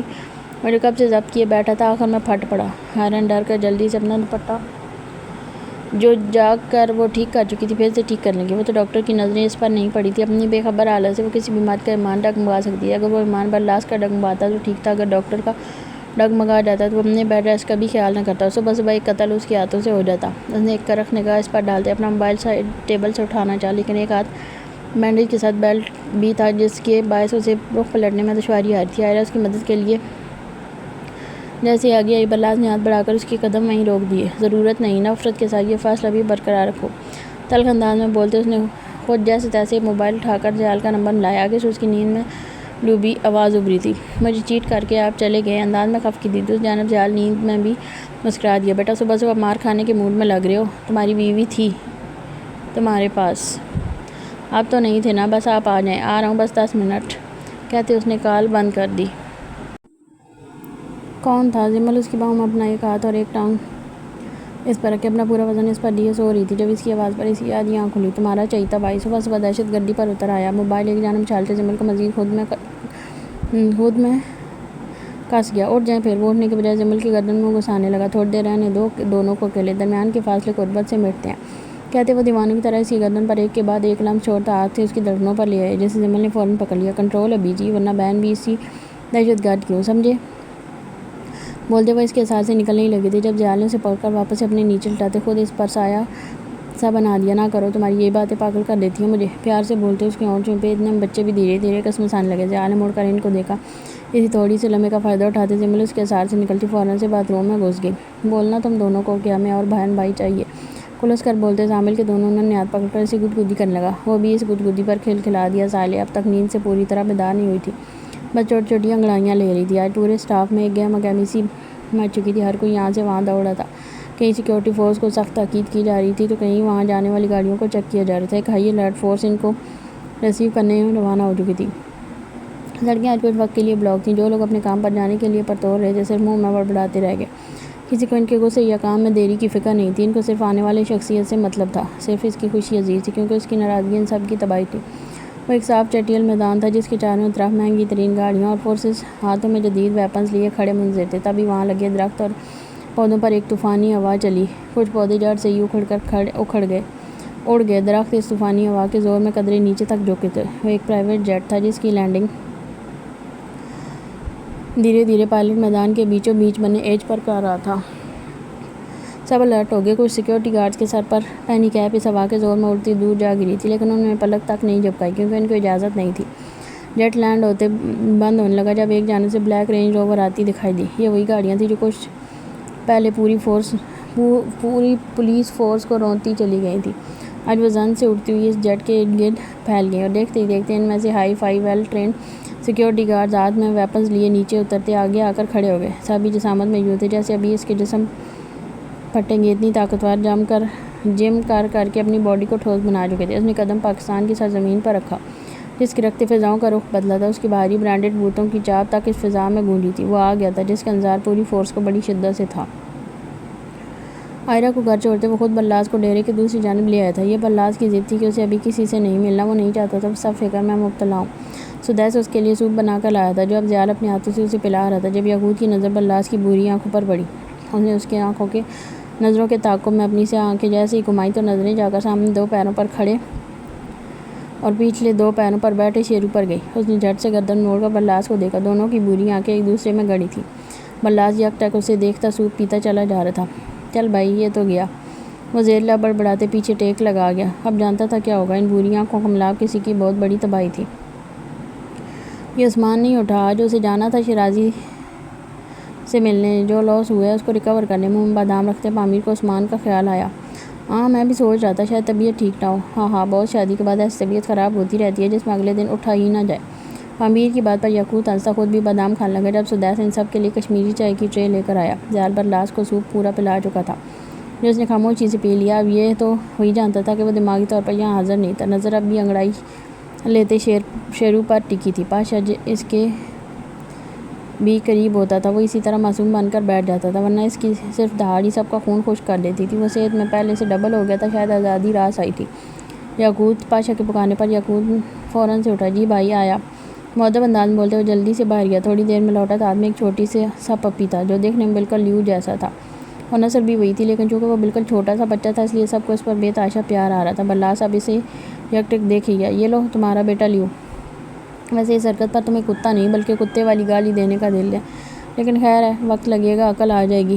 وہ چھوٹا سا پپی بلراز کی گود میں رکھتے ساتھ اچھی ٹکا کر کلاس بھی لگائی جس پر پاشا کی جانب سے اس کی کمر پر اچھا خاصا مکہ جڑ گیا تھا۔ اس وقت عثمان فریش سا اتاق میں داخل ہوا تھا۔ اس کی گود میں زامل تھا جس کی بے چین ہڈیوں کو سکون نہیں تھا، تب بھی اس کی گود میں ایسے مچل رہا تھا جیسے اس کی گود میں کانٹے چبھ لیں۔ یہ اسے کیوں یہاں لائے ہو؟ اس نے آتے ہی زامل کو زیال کے گود میں دے دیا۔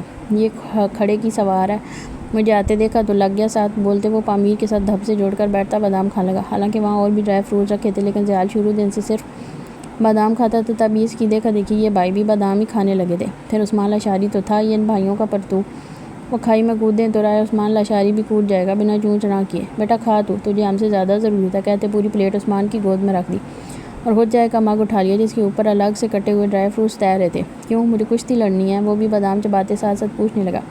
جب اس کے سوال پر پامیر اور یعقوب نے ایک دوسرے کو دیکھا اور پھر دونوں کا ایک ساتھ چھت پھاڑ کہہ گونجا، یہ دونوں پاگل واگل ہیں کیا؟ وہ اب بھی نہیں سمجھا تھا۔ زیال دور سے بیٹھا لیپ ٹاپ میں اپنا کام کر رہا تھا۔ بلراز کی نظر انہی کی جانب تھی جب وہ چھوٹا پاشا وہاں رکھے ڈرائی فروٹس کی ایسی کی تیسی کر رہا تھا، اپنی ننھی سی مٹھی میں بھر بھر کر پھینک رہا تھا، لیکن کسی نے اب تک اس کی وہ حرکت نوٹ نہیں کی۔ کر لیتا تو اس کی سانس تک رک جاتی۔ وہ ننھی سی جان حرکت کر چکا تھا۔ ہم پاگل واگل نہیں ہیں ماڑا، تم بہت شریف ہے، ہاں ہاں، تم کو یہ نہیں پتا کہ شادی کے بعد یہ چیزیں کیوں کھانے چاہیے؟ او تم کو ام شرافت کا ایوارڈ دے گا، ہاں ہاں ہاں، کہہ کر لگاتے پہلی بار ان کے بندوں نے پامیر کا پٹھانوں والا لب و لہجہ سنا تھا جس میں وہ پیور ہینڈسم پٹھان لگ رہا تھا۔ اور ہم تم کو گولی دے گا، وہ بھی سیدھا تمہارے سینے میں۔ عثمان اس کی نقل اتارتا کھلس کر بولا۔ سب بندے ہنس ہنس کر پاگل ہو رہے تھے، کوئی بیٹھا آرام کر رہا تھا تو کوئی اپنی بندوق صاف کر رہا تھا۔ یہاں سارے مرد حضرات تھے، یہ ایریا ہی ان کا تھا۔ پامیر چپ ہو جاؤ، زیال نے دور بیٹھے اسے گھوری دی۔ پٹھان وہ تھا، اصل لب و لہجہ اس کا زیادہ خوبصورت تھا۔ یہ بھائی تو اپنے بڑے بھائی کی دیکھا دیکھی پشتو کبھی کبھی بول لیتے تھے۔ اوکے، وہ تیر کی طرح سیدھا ہوتے اپنی چائے شڑ کر کے پینے لگا۔ عثمان نے پھر سوچ سے دیکھا۔ تم انسان نہیں بنے گی؟ دانت پیس کر پوچھا۔ نہیں میں نہیں بنے گی، تم کو کوئی مسئلہ ہے تو اپنے پاس رکھو۔ وہ بات نہیں آ رہا تھا، پتہ نہیں اسے عثمان کا خون جلانے میں کیا مزہ آ رہا تھا۔ یعقوب اسے دیکھتا خاموشی سے چائے پیتا کمینی ہنسی ہنس رہا تھا جب ایک بندہ ہاتھ میں ایک لفافہ لیے اس کے پاس آیا۔ سائیں یہ آپ کے لیے پارسل آیا۔ مؤدب انداز میں مخاطب ہوتا اسے وہ لفافہ تھما کر اسی طرح واپس چلا گیا۔ یہ کیا ہے، کہیں بم بنانے کا نسخہ تو نہیں؟ پامیر کی بات پر یعقوب نے اسے ایک گھوری دی، ساتھ لفافہ کھولا۔ سامنے اس کے اور میشی کے نام کی ایئر لائن ٹکٹیں تھیں۔ او ہو، ہانی مون ٹکٹ! اس کے ایک تیز بولنے پر یعقوب نے سٹپٹا کر اسے دیکھا۔ اسی وقت پاشا نے بھی اس جانب دیکھا۔ وہ جانتا تھا پہلے سے ہی، کیونکہ اس سے اجازت لے کر ہی یعقوب نے یہ ٹرپ پلان کیا تھا۔ آپ کھائیں، آپ کو ضرورت پڑے گی۔ دوسری ڈرائی فروٹس کی ٹرے اس کی جانب کرتے کان میں سرگوشی کی۔ یاقوت تو اب بھی بس گھور ہی سکا تھا، جبکہ چہرے پر ایک حلوائی سی چمک تھی ان پلوں کی جو میشی کے ساتھ اس کی زندگی کی یادوں میں شمار ہونے والے تھے۔ یہ میشی کے لیے ایک سرپرائز تھا۔ سب اپنی اپنی باتوں میں مصروف تھے جب برلاس کی نظر زامل کے پھولے ہوئے گالوں پر پڑی۔ اسے زامل کے گال عام دنوں کی نسبت کچھ زیادہ ہی گولو مولو سے نظر آئے تھے، لیکن تب بھی اس کی نظر اس کے ننھے ننھے ہاتھوں کی مٹھی میں بھرے بادام پر گئی۔ ایک لمحہ، صرف ایک لمحہ لگا تھا اسے سمجھنے میں۔ اس نے برق رفتاری سے آگے بڑھ کر زامل کو لپک کر اپنی گود میں اٹھاتے اس کا سر نیچے کی جانب جھکا دیا۔ بیٹا منہ کھولو، اس کے منہ میں انگلی دیتے اس کا چھوٹا سا منہ کھلوانا چاہا، لیکن وہ کھولنے کے بجائے رونے لگا۔ سب نے ان کی جانب سوالیہ نظروں سے دیکھا۔ یار، اس نے منہ میں بادام بھر لیے ہیں، کہیں حلق میں نہ چلا جائے، وہ فکر مند سے بولتا اپنی انگلی کی مدد سے اس کے چھوٹے سے منہ سے بادام نکالنے لگا۔ ایک کے بعد ایک نکلتے دیکھ برلاس کے ساتھ سب کو حیرت ہوئی۔ وہ چھوٹی آفت اپنے چھوٹے سے منہ میں کتنے بادام بھر کر بیٹھا تھا، گلہری کی طرح جو درختوں پر مونگ پھلیوں کو منہ میں بھر کر میسنی بن کر بیٹھی رہتی ہیں۔ اور کتنے بھر رکھے ہیں۔ 6 بادام برلاس نکال چکا تھا، اب بھی اس کو شبہ تھا کہ کہیں اور نہ نکل آئیں۔ زیال اٹھ کر اس کے پاس آتے زامل کو پکڑ کر دیکھنے لگا۔ منہ کھولو آ کر وہ روتے ہوئے اپنے باپ کو دیکھتا دونوں ننھے ہاتھوں کی مٹھی پورے زور سے بھینچے، پورا زور رونے پر لگا گیا۔ اس کے رونے کی وجہ سے منہ جیسے ہی کھلتا زیال اس کے منہ میں دیکھتا۔ ایک آخری بادام جو اس کے دائیں جانب نظر آیا تھا اس نے وہ بھی نکال لیا۔ اپنا مشن فیل ہونے پر وہ جو رویا، اف اللہ کا پورا کشمیر سر پر اٹھا لیا تھا۔ بس میرا بیٹا ہو گیا، دیکھو وہ دیکھو کیا ہے، ایک چھوٹا سا پپی۔ اس کا رخ اس پپی کی جانب کرتے دھیان بھٹکانا چاہا، لیکن بھول گیا تھا وہ اسی کی ٹیڑھی اولاد ہے۔ کتنی دیر وہ زیال کو پیٹتا رہا اپنے ننھے ننھے ہاتھوں سے، کبھی اس کے بال کھینچتا تو کبھی گال کو منہ میں لیتے بائٹ کرنے کی کوشش کرتا، لیکن ناکام۔ دانت ہی نہیں تھے۔ سب اس کو اپنے باپ کے ساتھ فائٹ کرتے دیکھ ہنس ہنس کر پاگل ہو رہے تھے۔ وقت بدل جاتا ہے۔ کل تک جس شخص کے سامنے کسی کی اف کرنے کی بھی ہمت نہیں ہوتی تھی، آج وہ بے بس تھا۔ نہیں، وہ خود ہار رہا تھا، کیونکہ مقابلہ اس کے وجود کا حصہ تھا، اس کی کل کائنات۔ سوچ لیں، ایسے اولاد کو جھیلنا پڑتا ہے، اچھے اچھے سیدھے ہو جاتے ہیں۔ پامیر نے سرگوشی کرتے یاقوت کو جیسے وارن کیا، اس نے گھور کر پامیر کو دیکھا۔ بس بیٹا۔ زیال کو ہنسی بھی آ رہی تھی، ساتھ کام کی جانب بار بار دھیان جا رہا تھا۔ وہ ایک بہت امپورٹنٹ کام کر رہا تھا، لیکن زامل اس کی گود میں اپنی ٹانگیں مار رہا تھا۔ اسے مجھے دے دیں، آپ کر لیں جو کر رہے تھے، کہتے برلاس نے زبردستی زامل کو اپنی گود میں لے لیا۔ اپنے باپ کے دور ہونے پر وہ تھوڑی دیر رویا، لیکن برلاس کا چہرہ دیکھ فوراً سے چپ ہو گیا۔ میں آتا ہوں۔ یاقوت لفافہ اٹھائے ڈیرے سے باہر نکل گیا۔ پامیر وہیں بیٹھا عثمان کے ساتھ سرگوشی میں نہ جانے کیا بو رہا تھا کہ وہ اس بیچارے کا چہرہ ہنس ہنس کر سرخ ہو گیا۔ برلاس پر دواؤں کا اثر ہونے لگا تھا، اس پر ہلکی ہلکی نیم غنودگی چھان لگی۔ زامل خود بھی سست تھا، برلاس کے پہلو میں پڑا تھا۔ سارے کھلونے تو گھر تھے، اب کس سے کھیلتا؟ تو اپنا نیا پسندیدہ مشغلہ چھت کا معائنہ کرنا شروع کر دیا۔ کچھ دیر اسے گزری تھی کہ جب آئی آنے لگی، تبھی وہ چھوٹا سا پپی اس کے پیر پر زبان پھیرنے لگا۔ اسے جیسی گدگدی ہوئی، اس نے اپنا ننھا سا پیر اٹھاتے بنا آواز والی تالی بجاتے مم مم کرنی شروع کر دی۔ وہ پپی اس کے پیروں پر زبان لگاتے آگے آیا جب زامل کی مٹر سی آنکھیں اس پر پڑیں۔ پہلے تو وہ ٹکر ٹکر اسے دیکھتا رہا، پھر برلاس کے ہاتھوں پر اپنے ننھے سے ہاتھ رکھتے اٹھنے کی کوشش کرنے لگا۔ شکر وہ پہلے سے آدھا بیٹھا اور آدھا لیٹا ہوا تھا، اس لیے آسانی سے بیٹھ گیا۔ وہ پپی اپنی چھوٹی سی دو ملاتے زامل کے منہ کی طرف جیسے ہی اس نے ایک جھٹکے میں اس کی گردن دبوچ لی اور اسے منہ میں لینے کی کوشش کرنے لگا۔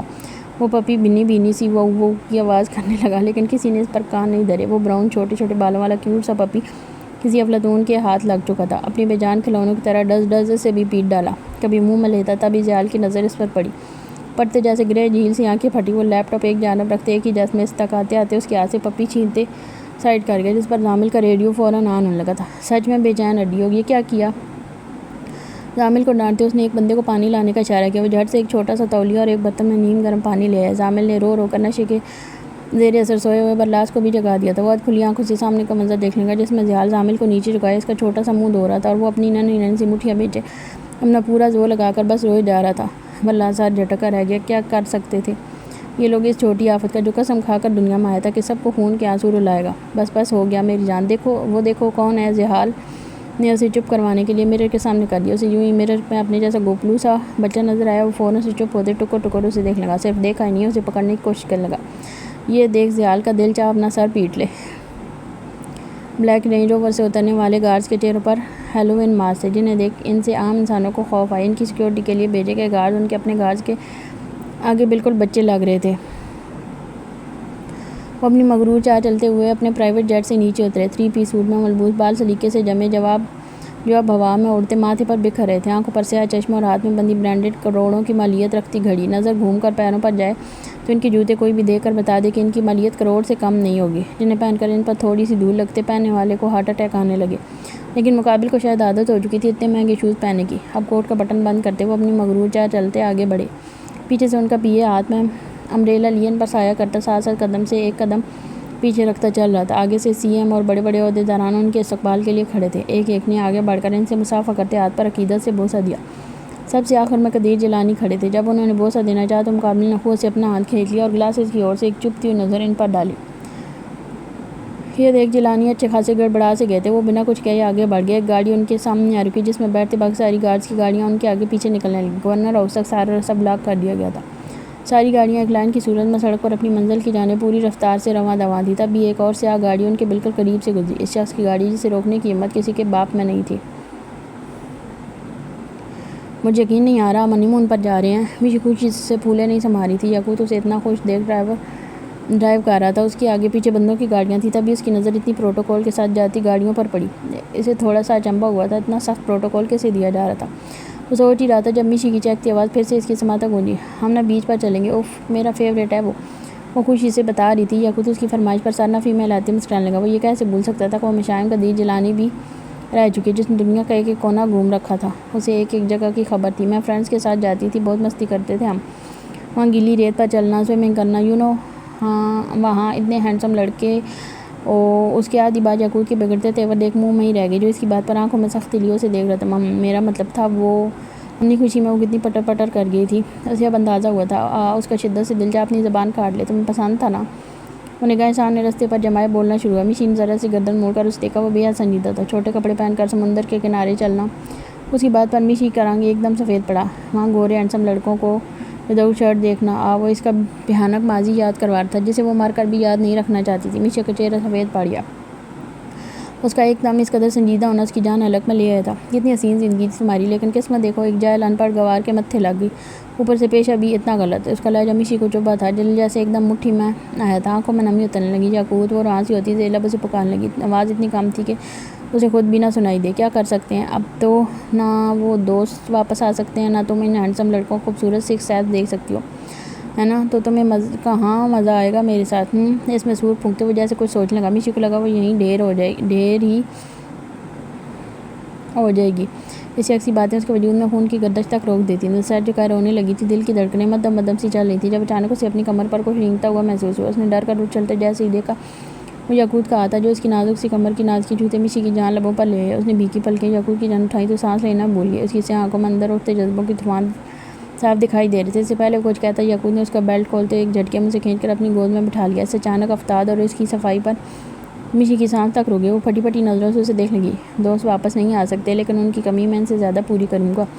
اس کے لہجے میں خماری اترنے لگی۔ میشی بے یقینی سے نظروں سے اسے دیکھ رہی تھی۔ جب اس کا ہاتھ بڑی بے باکی سے اپنی شرٹ کے اندر بیلی پر رینگتا محسوس ہونے لگا۔ ہینڈسم لڑکے پسند تھے، اب تمہیں صرف یاقوت مرزا یاد رہے گا۔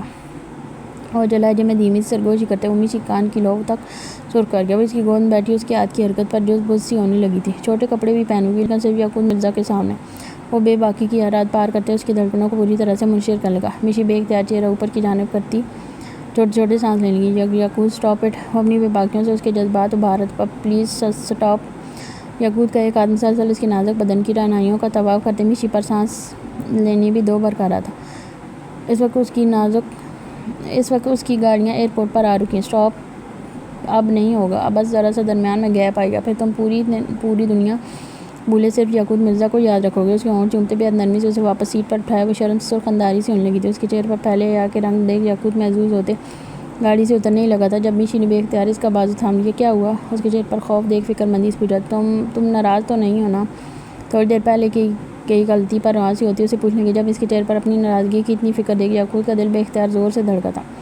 وہ آگے ہوتے اپنے لب بڑی عقیدت سے اس کے ماتھے پر آ گیا۔ نہیں، کیونکہ مجھے پتہ ہے اب یہ بگڑیل باپ کی اولاد صرف میری ہے۔ اس کے منہ سے اپنے لیے نیا نام سن کر میشی نے اسے جھٹ سے گھورا۔ تو وہ باتیں کیوں کہیں؟ کون سی باتیں؟ اسے سچ میں یاد نہیں تھی۔ تبھی ناسمجھی سے پوچھنے لگا۔ وہی ان پڑھ والی۔ یہ بات جیسے اس کے دل کو بری لگی تھی۔ ان پڑھ ہوں تو بولنے میں کیا حرج ہے؟ اس کا انداز لاپرواہ سا تھا۔ اپنے ماں باپ کے ہوتے اس نے جو پڑھا سو پڑھا۔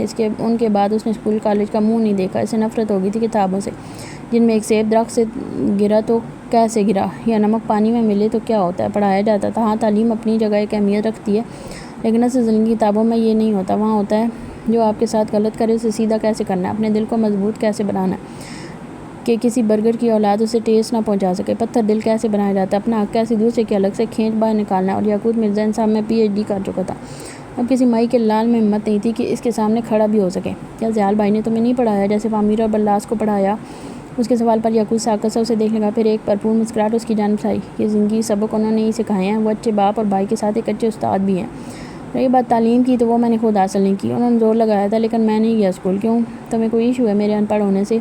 آخر میں ایک آئی برو اٹھاتے سوال کی پوچھا، جس پر مشی اسے دیکھے گئی۔ گاڑی میں گہری خاموشی چھائی تھی، دونوں کی آنکھیں ایک دوسرے میں گڑی تھی۔ جب مشی نے آگے بڑھ کر یعقوب کا چہرہ اپنے دونوں ہاتھوں کے پیالے میں لیے اس کے ماتھے کا بوسہ لیا۔ مجھے کوئی ایشو نہیں، پورے دل و جان سے یہ بدتمیز ان پڑھ بچہ قبول ہے جس نے محبت میں پی ایچ ڈی کر رکھی ہے، اور میرے لیے وہی کافی ہے۔ اس کے لہجے میں بے پناہ محبت تھی جسے محسوس کرتے یعقوب کا روم روم کھڑا ہونے لگا۔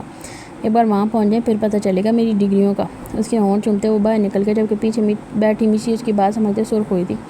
لبوں پر ایک مبہم سی مسکراہٹ تھی، پورے بدن میں جیسے گدگدی سی ہونے لگی۔ دالِ سکون سے نیچے زمین پر بچھے نرم میٹرس پر بیٹھی اپنے کھلونوں کے ساتھ کھیل رہی تھی۔ کمرے میں ہیٹر کے باعث اچھی خاصی گرمائش ہو چکی تھی، تبھی جمل خود بھی لاپرواہ سے الیے میں صوفے پر بیٹھی نیچے سامنے ٹیبل پر پیپرز پھیلائے اپنے اسائنمنٹ پر سر کھپا رہی تھی۔ پورے 30 پیجز کی اسائنمنٹ ملی تھی جسے پورا کرتے اس کا دوسرا دن آ چکا تھا۔ یہ سردیوں کی چھٹیوں پر جتنی خوشی اس نے منائی تھی، اب اتنی شدت سے رونے کا دل چاہ رہا تھا۔ حد ہے، بچوں پر ظلم کر رہے ہیں، اتنی بڑی اسائنمنٹ پکڑا کر میں ابھی کو شکایت لگاؤں گی۔ شکایت لفظ پر اسے فوراً سے وہ توڑ پھوڑ یاد آئی۔ اب اگر یہ بات بتا دی تو پتہ نہیں کیا حال ہوگا کالج والوں کا۔ سوچ کر ہی وہ جھرجھری سی لیتی پھر سے ان پیپرز پر جھکی۔ تبھی زیال سردی سے ٹھٹرتا کمرے میں داخل ہوا۔ اس کی ناک سرخ ہوتی اس کے گورے بدن پر لگ کی چمک رہی تھی، بال ماتھے پر بکھرے پڑے تھے۔ حبیظ عامل کہاں ہیں؟ اسے اکیلا دیکھ اسے جھٹ سے فکر ہوئی۔ باہر سنو فال میں وہ کم ہی ان کو باہر نکال رہی تھی، لیکن وہ ٹیڑھی اولاد رو رو کر زیال کے ساتھ نکل گیا تھا۔ اس سے پہلے زیال اسے جواب دیتا، زامل کی مم مم کی آواز آئی۔ جمل نے حیرت سے یہاں وہاں دیکھا، تبھی زیال بول پڑا، وہاں کہاں، یہ رہا تمہارا ثبوت۔ کہتے اس نے اپنے کوٹ کی زپ جیسے ہی کھولی، اندر سے چہکتا کھلکھلاتا ہوا گرم گرم کیوٹ سا بچہ برآمد ہوا۔ اسے دیکھ جمل ایک پل کو سٹک سی اس شرارتی بچے کو دیکھ لگی جو باغ کے سینے سے لپٹا ہاتھ میں پکڑے پیچ کے قتلے کو منہ میں لیتا توڑنے کی کوشش کرتا مم مم کر رہا تھا۔ جمل کی بے ساختہ ہنسی چھوٹی، وہ وہیں سوفے پر پیچھے گردن پھینکے بے اختیار ہنستی چلی گئی۔ زیال اس کے پاس آ کر بیٹھتے گھورنے لگا۔ یہ کیوں ایسا ہے؟ بولتے وہ زامل کے پھولے ہوئے گالوں پر بائٹ کرنے لگی۔ اس کا دل کیا ان کو کھا جائے۔ اندر میٹھے میٹھے گال، بڑا پیار آ رہا ہے، کبھی مجھ پر تو نہیں آیا۔ وہ خفا خفا سا بولا تھا۔ آپ پر آیا تو ہی یہ آئے ہیں نا۔ اس سے آگے وہ کچھ اور بولتی زیال اس کی گردن کے نیچے ہتھیلی جماتے پوری شدت سے اس کے ہونٹ چوم گیا۔ مجھ پر ساری زندگی آنا چاہیے، بولتے پھر سے پوری شدت سے اس کے پنکھڑی سے کھپکھپاتے ہونٹ چومے۔ ان کی مٹھاس تو تھی ہی زیال خان افندی کی پسندیدہ، تب بھی ان کو اپنے منہ میں بھرتے ہوئے تقریباً چبا گیا تھا۔ جمل اسے بنا پلک جھپکائے دیکھ رہی تھی، وہ جانتا تھا اب کیا ہوگا۔ اب وہ اس پر برسے گی لیکن ایسا نہیں ہوا۔ اسے حیرت ہوئی کیوں نہیں ہوئی۔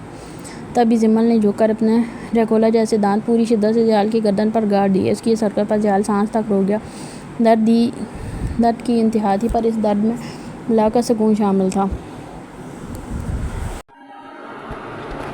وہ اپنے دانتوں سے وہاں پھول نما چھاپ چھوڑتی پیچھے ہٹ کر اسے دیکھ لگی۔ اب کریں گے دوبارہ؟ تڑک کر پوچھا زیال آنکھوں منہ ماری لیے اسے ہی دیکھ رہا تھا۔ اگر تم یوں جنگلی پن بن کر اپنا بدلہ لوگی تو ہاں، پوری زندگی۔ بولتے وہ ایک بار پھر اس کی ہونٹوں پر جھک گیا۔ بیچ میں زامل تو اپنے ہاتھ میں پکڑے فروٹ کو ہی توڑنے کی ناکام سعی میں مگن تھا۔ جمل نے ایک جھٹکے میں اسے خود سے پیچھے دھکیلا۔ یوں بدتمیز، ابھی آپ کو زیادہ پیار آتا ہے نا، پکڑیں۔ زامل کو اس کی گود سے لیتے اسائنمنٹ اس کی گود میں رکھ دی۔ جائیں یہ پوری کریں، میرے ہاتھ ٹوٹ گئے۔ کہتے وہ زامل کو لے کر بیڈ پر چلی گئی۔ چلو بیٹا، نینی کا ٹائم ہو گیا۔ زالے کے ہاتھ سے ٹیڈی بیئر لے کر وہ وہیں پھینکتے دونوں کو بیڈ پر لٹا کر پیمپر بدلنے کی، جو اس کی تقریباً اب ہر رات کی روٹین بن چکی تھی۔ سونے سے پہلے دونوں کے پیمپر بدلنا، ساتھ ان کے ننھے ننھے ہاتھ پیروں پر بیبی لوشن ملنا، جس کے بعد ان کے پھولے موٹے موٹے ہاتھ پیر اور بھی مزید نرم و ملائم ہو جاتے تھے۔ زیال ان پیپرز کو پہلے سمجھ رہا تھا کہ آخر کرنا کیا تھا۔ سمجھتے اس نے پین اٹھا کر لکھنا شروع کیا۔ جمل کی چھوٹی سی ہینڈ رائٹنگ کے آگے اس کے مردانہ ہاتھوں کی ہینڈ رائٹنگ بڑی بڑی اور خوبصورت تھی۔ رات کے 2 بجنے والے تھے، وہ تینوں گہری نیند میں چلے گئے تھے، جبکہ زیال بیٹھا اب تک ان میں سر کھپا رہا تھا۔ نیند پر تو اس کا ویسے ہی کنٹرول تھا۔ جیکٹ نکال کر وہ نرم میٹرس پر سارے پیج پھیلا کر اپنا کام جاری رکھے ہوئے تھا۔ اگلا 1 گھنٹہ بھی گزر گیا لیکن اسائنمنٹ آدھی ہوئی تھی۔ یہ دیکھ وہ اچھا خاصا پریشان ہوا۔ کل سے جمل کا کالج تھا اور اگر یہ پوری نہ ہوتی تو وہ بہانہ کر کے چھٹی کر لیتی، اور ایسا زیال ہرگز نہیں چاہتا۔ تبھی اس کے دماغ میں آئیڈیا آیا۔ اس نے جھٹ سے موبائل پکڑا اور ایک نمبر ڈائل کیا، جلدی لاؤنج میں آؤ۔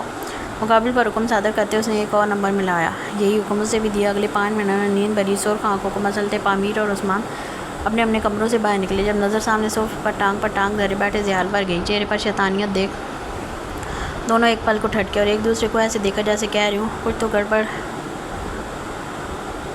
گڑبڑ دیا۔ تھوڑی دیر تک دونوں کو گڑبڑ بھی سمجھ آ چکی تھی۔ اب دونوں ایک پین کان کے پیچھے اڑتے اور ایک پین ہاتھ میں لیے مشین کی طرح کام میں مگن تھے، ساتھ بڑبڑا بھی رہے تھے۔ کھل کر بولنے کی ہمت کرتے اپنی بیویوں کو بے وقت تو دونوں ہی ہرگز نہیں کرنا چاہتے تھے، لیکن عثمان کی زبان کیسے باز آ سکتی تھی؟ اس کی کھجلی نے اس کے بولنے پر بلا کر مجبور کر ہی دیا تھا۔ یہ غلط ہے، میری نیند خراب کر کے تم خود مزے سے صف پر بیٹھے ہو۔ بولتے اس نے جیسے ہی نگاہ اوپر اٹھائی تو خود زیال بھی اسائنمنٹ پر ہی جھکا ہوا تھا۔ تمہارا نیند ویسے بھی کسی کام کا نہیں، اس لیے زبان کو تالا لگاؤ اور خاموشی سے کام کرو۔ اس کے مذکر مونس کی گڑبڑ پر عثمان نے گھور کر اسے دیکھا۔ پلاس بھی ان میں ہوتا اگر اسے گولی نہ لگی ہوتی، اس لیے اس کی بچت ہو گئی۔ صحیح تو کہہ رہے ہیں بھائی، تف ہے تم پر، شادی کے بعد بھی سونے کی بھول رہی ہے۔ سر جھٹکتے پنسل سے 2-4 لائنیں گھسیٹیں۔ تو تمہارا خیال ہے میں ڈانس کروں؟ اس کی بات پر عثمان جل کوڑ کر بولا، وہی کر لے، ماں یہ سے امپریس ہو جائے گی، ورنہ ساری زندگی شادی شدہ ہو کر بھی چھڑے چھانٹ کنواروں کی طرح رہے گا۔ زیال دونوں سے بے خبر اپنے کام میں مصروف تھا، ایسا بظاہر لگ رہا تھا لیکن تھا نہیں۔ اس کا دماغ عثمان اور مام کے پینچا ملانے کی ترکیبیں سوچ رہا تھا۔ اس کے کہنے پر عثمان نے مام سے نکاح کیا تاکہ وہ برلاس کی زندگی میں داخل نہ کر سکے۔ تب زیال خان افندی کا بھی فرض بنتا تھا اپنی دوستی نبھا کر اس کے لیے آسانی پیدا کرے۔ صبح فجر تک وہ لوگ اسائنمنٹ بناتے رہے، تب تک تینوں کی کمر تختہ بن چکی تھی۔ مام نے گہری نیند میں جیسے ہی کروٹ بدلی، عثمان کو اس کی جگہ نہ پا کر اسے حیرت ہوئی۔ وہ ذرا سی اٹھ کر کمرے میں نظریں دوڑانے لگی۔ اسے لگا شاید وہ باتھ روم ہو، لیکن اسی وقت عثمان باہر سے اندر داخل ہوا۔ ہو سردی، کتنا ظالم ہو تم! وہ اپنی دھن میں بڑبڑاتا جیسے ہی بیڈ کے قریب آیا، سامنے مام کی کھلی آنکھیں دیکھ کے ایک دم ٹھٹک گیا۔ اسے اپنی جانب دیکھتے پا کر مام نے کمفرٹر سینے سے مزید اوپر کھینچ لیا۔ یہ دیکھ عثمان کے دل کو کچھ ہوا تھا۔ آپ جاگ رہے ہیں؟ حیرت سے سوالیہ پوچھا۔ آپ کہاں گئے تھے آدھی رات کو؟ جواب کے بجائے الٹا سوال داغا۔ کام تھا کچھ، سرسری سا جواب دیتے وہ اپنا کمبل اٹھاتے اپنی سائڈ لیٹ گیا۔ دونوں تھے تو ایک بیڈ پر، لیکن کمفرٹر الگ الگ لیتے تھے اور درمیان میں تکیوں کی ایک لائن بھی بنی ہوئی تھی۔ کیا کام تھا؟ وہ پوری بیوی کی فام آتی تڑک کر پوچھنے لگی۔ اس کا حق جتاتا ہوا انداز عثمان کے دل کو بھایا تھا۔ وہ کچھ پہلے سے دیکھتا ذرا سا آگے کو ہوتے اس کی گردن کی جانب جیسے ہی جھکا، ماں وہیں اپنا سانس روک گئی۔ اس کی سانسوں کو گرماہٹ چہرے پر محسوس کرتی ریڑھ کی ہڈی تک سن کر گئی۔ کمرے کی گہری خاموشی میں صرف ماں کی تیز ہوتی دھڑکنوں کی آواز تھی۔ اس کا چہرہ عثمان کے اس قدر قریب آنے پر سرخ ہونے لگا تھا۔ وہ لیٹی ہوئی تھی جب عثمان اس کے اوپر پورا چھا چکا تھا۔ یہ منظر قیامت تھا، دو دلوں کو ملنے سے پہلے کا۔ 31 سال میں نے ایک سچے ہمسفر کا انتظار کیا، تو کیا اب کچھ دن کے انتظار میں خود کو دغا دے جاؤں گا؟ اس کا سوال غیر متوقع تھا۔ مام کی نظر عثمان کے سرخ کانوں پر ٹکی تھی، سانس رکی ہوئی تھی۔ فکر نہ کریں، ساری زندگی بھی آپ کا انتظار کرنا پڑا تو کر لوں گا، لیکن آپ کا حق کسی اور کو نہیں دوں گا۔ گمبھیر لہجے میں بولتے ہوئے جھٹ سے اپنے تکیے پر آ گیا۔ چہرے پر شریر مسکراہٹ تھی۔ وہ پامیر کی بتائی ہوئی باتوں پر عمل کر رہا تھا۔ وہ اپنی باتوں سے مام کا دل جیتنے کی کوشش پوری جان لگا کر کر رہا تھا، اور وہ کیا جانے مام کا دل اس کے لیے دھڑکنا شروع ہو چکا تھا۔ زیال اور پامیر کے ساتھ تھا، وہ کوئی اسائنمنٹ بنانا تھا زمل کا۔ آپ کیوں جاگے؟ طبیعت ٹھیک ہے؟ اس کے جاگنے پر غور کرتے فکر مندی سے پوچھا۔ جی بس ایسے ہی آنکھ کھل گئی تھی، کہتے ہوئے جھٹ سے رخ پلٹ گئی۔ اس کی باتوں کے اثار سے تو وہ اب تک نہیں نکلی تھی، اور یہ کوئی کم نہیں تھا ان 4 بھائیوں سے۔ صرف باتوں سے ہی اپنی بیوی کی جان لبوں پر لے آنا اسے بھی خوب آتا تھا۔ عثمان اس کے ریشمی بال دیکھ لگا، جن کا رنگ نہ پورا گولڈن تھا نہ بلیک۔ درمیانے سے رنگ کے بال سلکی اور شائنی تھے جو اس کی چمکتی رنگن پر قدرے جچتے تھے۔ وہ کتنی دیر بالوں کو دیکھتا رہا، جب دل نے انہیں چھونے کی خواہش کی۔ دل زور زور سے دھک دھک کرنے لگا۔ وہ عجیب سی کشمکش میں مبتلا ہوا، چھو لے یا نہیں، کہیں وہ یہ نہ سمجھے کہ میں فلرٹ کر رہا ہوں۔ نہیں، بیوی ہے، حق ہے میرا، فلرٹ کس بات کا؟ خود ہی اپنی دماغ کو ڈپٹا۔ او کہیں یہ نہ سمجھے میں اپنی بات سے مکر رہا ہوں۔ اسے سمجھ نہیں آئی کیا کرے، لیکن بال ہی تو چھونا ہے۔ ہاں بس چل عثمان، چھو لے، نہیں تو چیپ لگے گا ٹھرکی، نہیں تو چیپ لگے گا ٹھرکی۔ اس کا بڑا ہاتھ دماغ میں آنے والے فطور کے باعث پھر سے رک گیا تھا۔ کیا مصیبت ہے تم کو؟ میرا بیوی ہے وہ۔ یہ بات وہ قدر تیز آواز میں بول گیا جب مام نے اس پر پڑنے والے اس اچانک دور پر مڑ کر دیکھا۔ عثمان تو یوں تھا گویا کاٹو تو بدن میں لہو نہیں۔ وہ ہونٹوں کی طرح کبھی مام کو دیکھے تو کبھی چھت کو۔ آپ ٹھیک ہیں؟ اس نے سرسری سے لہجے میں پوچھا۔ ہاں، نہیں، میرا مطلب ہاں میں ٹھیک ہوں۔ اس کی نظریں خود پر جمی دیکھ کر اچھا خاصا گڑبڑا سا گیا تھا۔ مام یکٹک اسے اس عجیب سوالیہ نظروں سے دیکھ لگی، جیسے اس کی حالت سمجھنے کی کوشش کر رہی ہو۔ آپ سو جائیں، یہ میرا روٹین ہے جاگتے میں بھی بڑبڑانے کا۔ سوری۔ اسے یکٹک اپنی جانب دیکھتے پا کر اپنی طرف سے بے بنیاد جھوٹ کڑا۔ روٹین مؤنث ہے۔ مام نے اپنی ہنسی دباتے اس کے لفظوں کی تصدیق کی۔ عثمان نے پوری گردن موڑ کر اسے دیکھا۔ دونوں ایک دوسرے کے چہرے کو دیکھتے رہے اور پھر ایک ساتھ ہنس پڑے۔ اتنے ہنسے کہ چہرے تک سرخ ہوتے آنکھوں سے پانی آ گیا۔ میرا مسئلہ ہے یہ، ڈیڈ پاکستانی تھے اور مام چائنا سے، اور میں ان کا مکسچر، تو میری اردو کا سکرو ڈھیلا ہے تھوڑا۔ یہ بات مام کے لیے نہیں تھی۔ وہ حیرت سے اسے دیکھ لیا۔ آپ چائنا سے ہیں؟ اس نے حیرت سے پوچھا۔ کہہ سکتے ہیں، میرا ایک ٹھکانہ نہیں ہے، کبھی کہیں تو کبھی کہیں۔ ہاں فیملی ادھر ہی رہتی ہے، وہ بھی کبھی کبھی بدل جاتا ہے۔ وہ اپنی دھن میں بولتا پھر سے گڑبڑ کر رہا تھا، جس پر مام نے وہ مشکل اپنی ہنسی روکی۔ تو آپ کو چینی لینگویج آتی ہے؟ اس کے سوال پر عثمان نے تھوڑا سا گھورا۔ ظاہر ہے وہاں کی پیداوار میں تو آئے گی ہی۔ اس کے پیداوار لفظ پر مام کی رکی ہوئی ہنسی بے اختیار چھوٹ گئی۔ وہ اردو بولتا ہوا اتنا کیوٹ لگتا تھا کہ سننے والا اس کے اس انداز پر دل ہار بیٹھے۔ ایک جملہ بول کر دکھائیں۔ وہ مزید دلچسپی لینے کی عثمان نے یک اسے دیکھا، اس کی آنکھوں میں جن کا رنگ بھی ہلکا بھورا تھا، اس کا لب و لہجہ پیور چینیوں جیسا تھا۔ اب یہ اس نے جو بھی بولا، وی آئی شنگ نیلے جیسا ہوا تھا۔ ماں منہ کھولے اسے دیکھنے لگی۔ یہ کیا بولا تھا اس نے؟ اس کا اردو وہ سنجیدگی سے پوچھنے لگی۔ اردو مؤنث ہے۔ عثمان نے فوراً اس کی غلطی پکڑی اور پھر جو دونوں ہنسے وہ ان کے مذکر مؤنث کے چکر میں اپنی بھی بھول گئی تھی۔ اس کا مطلب میں آپ کو تب بتاؤں گا جب آپ پوری طرح سے میرے ہو جائیں گے، کیونکہ یہ جملہ بہت خاص ہے تو خاص موقع پر ہی بتانا بنتا ہے۔ اس کا لہجہ اتنا میٹھا تھا کہ ماں کے دل نے بے اختیار ایک بیٹ مس کی۔ ہاں ہمیں سونا چاہیے، وقت پر صبح وقت پر نہ اٹھے تو سب پتہ نہیں کیا سوچیں گے، جبکہ میں تو بہت شریف ہوں، کہتے وہ کروٹ بدل کر لیٹ گیا۔ پیچھے ماں اس کی بات پر تھوڑے غور کرنے پر سمجھتے جھٹ سے اسے دیکھنے کی۔ رنگ جیسے سرخ انار ہوا تھا۔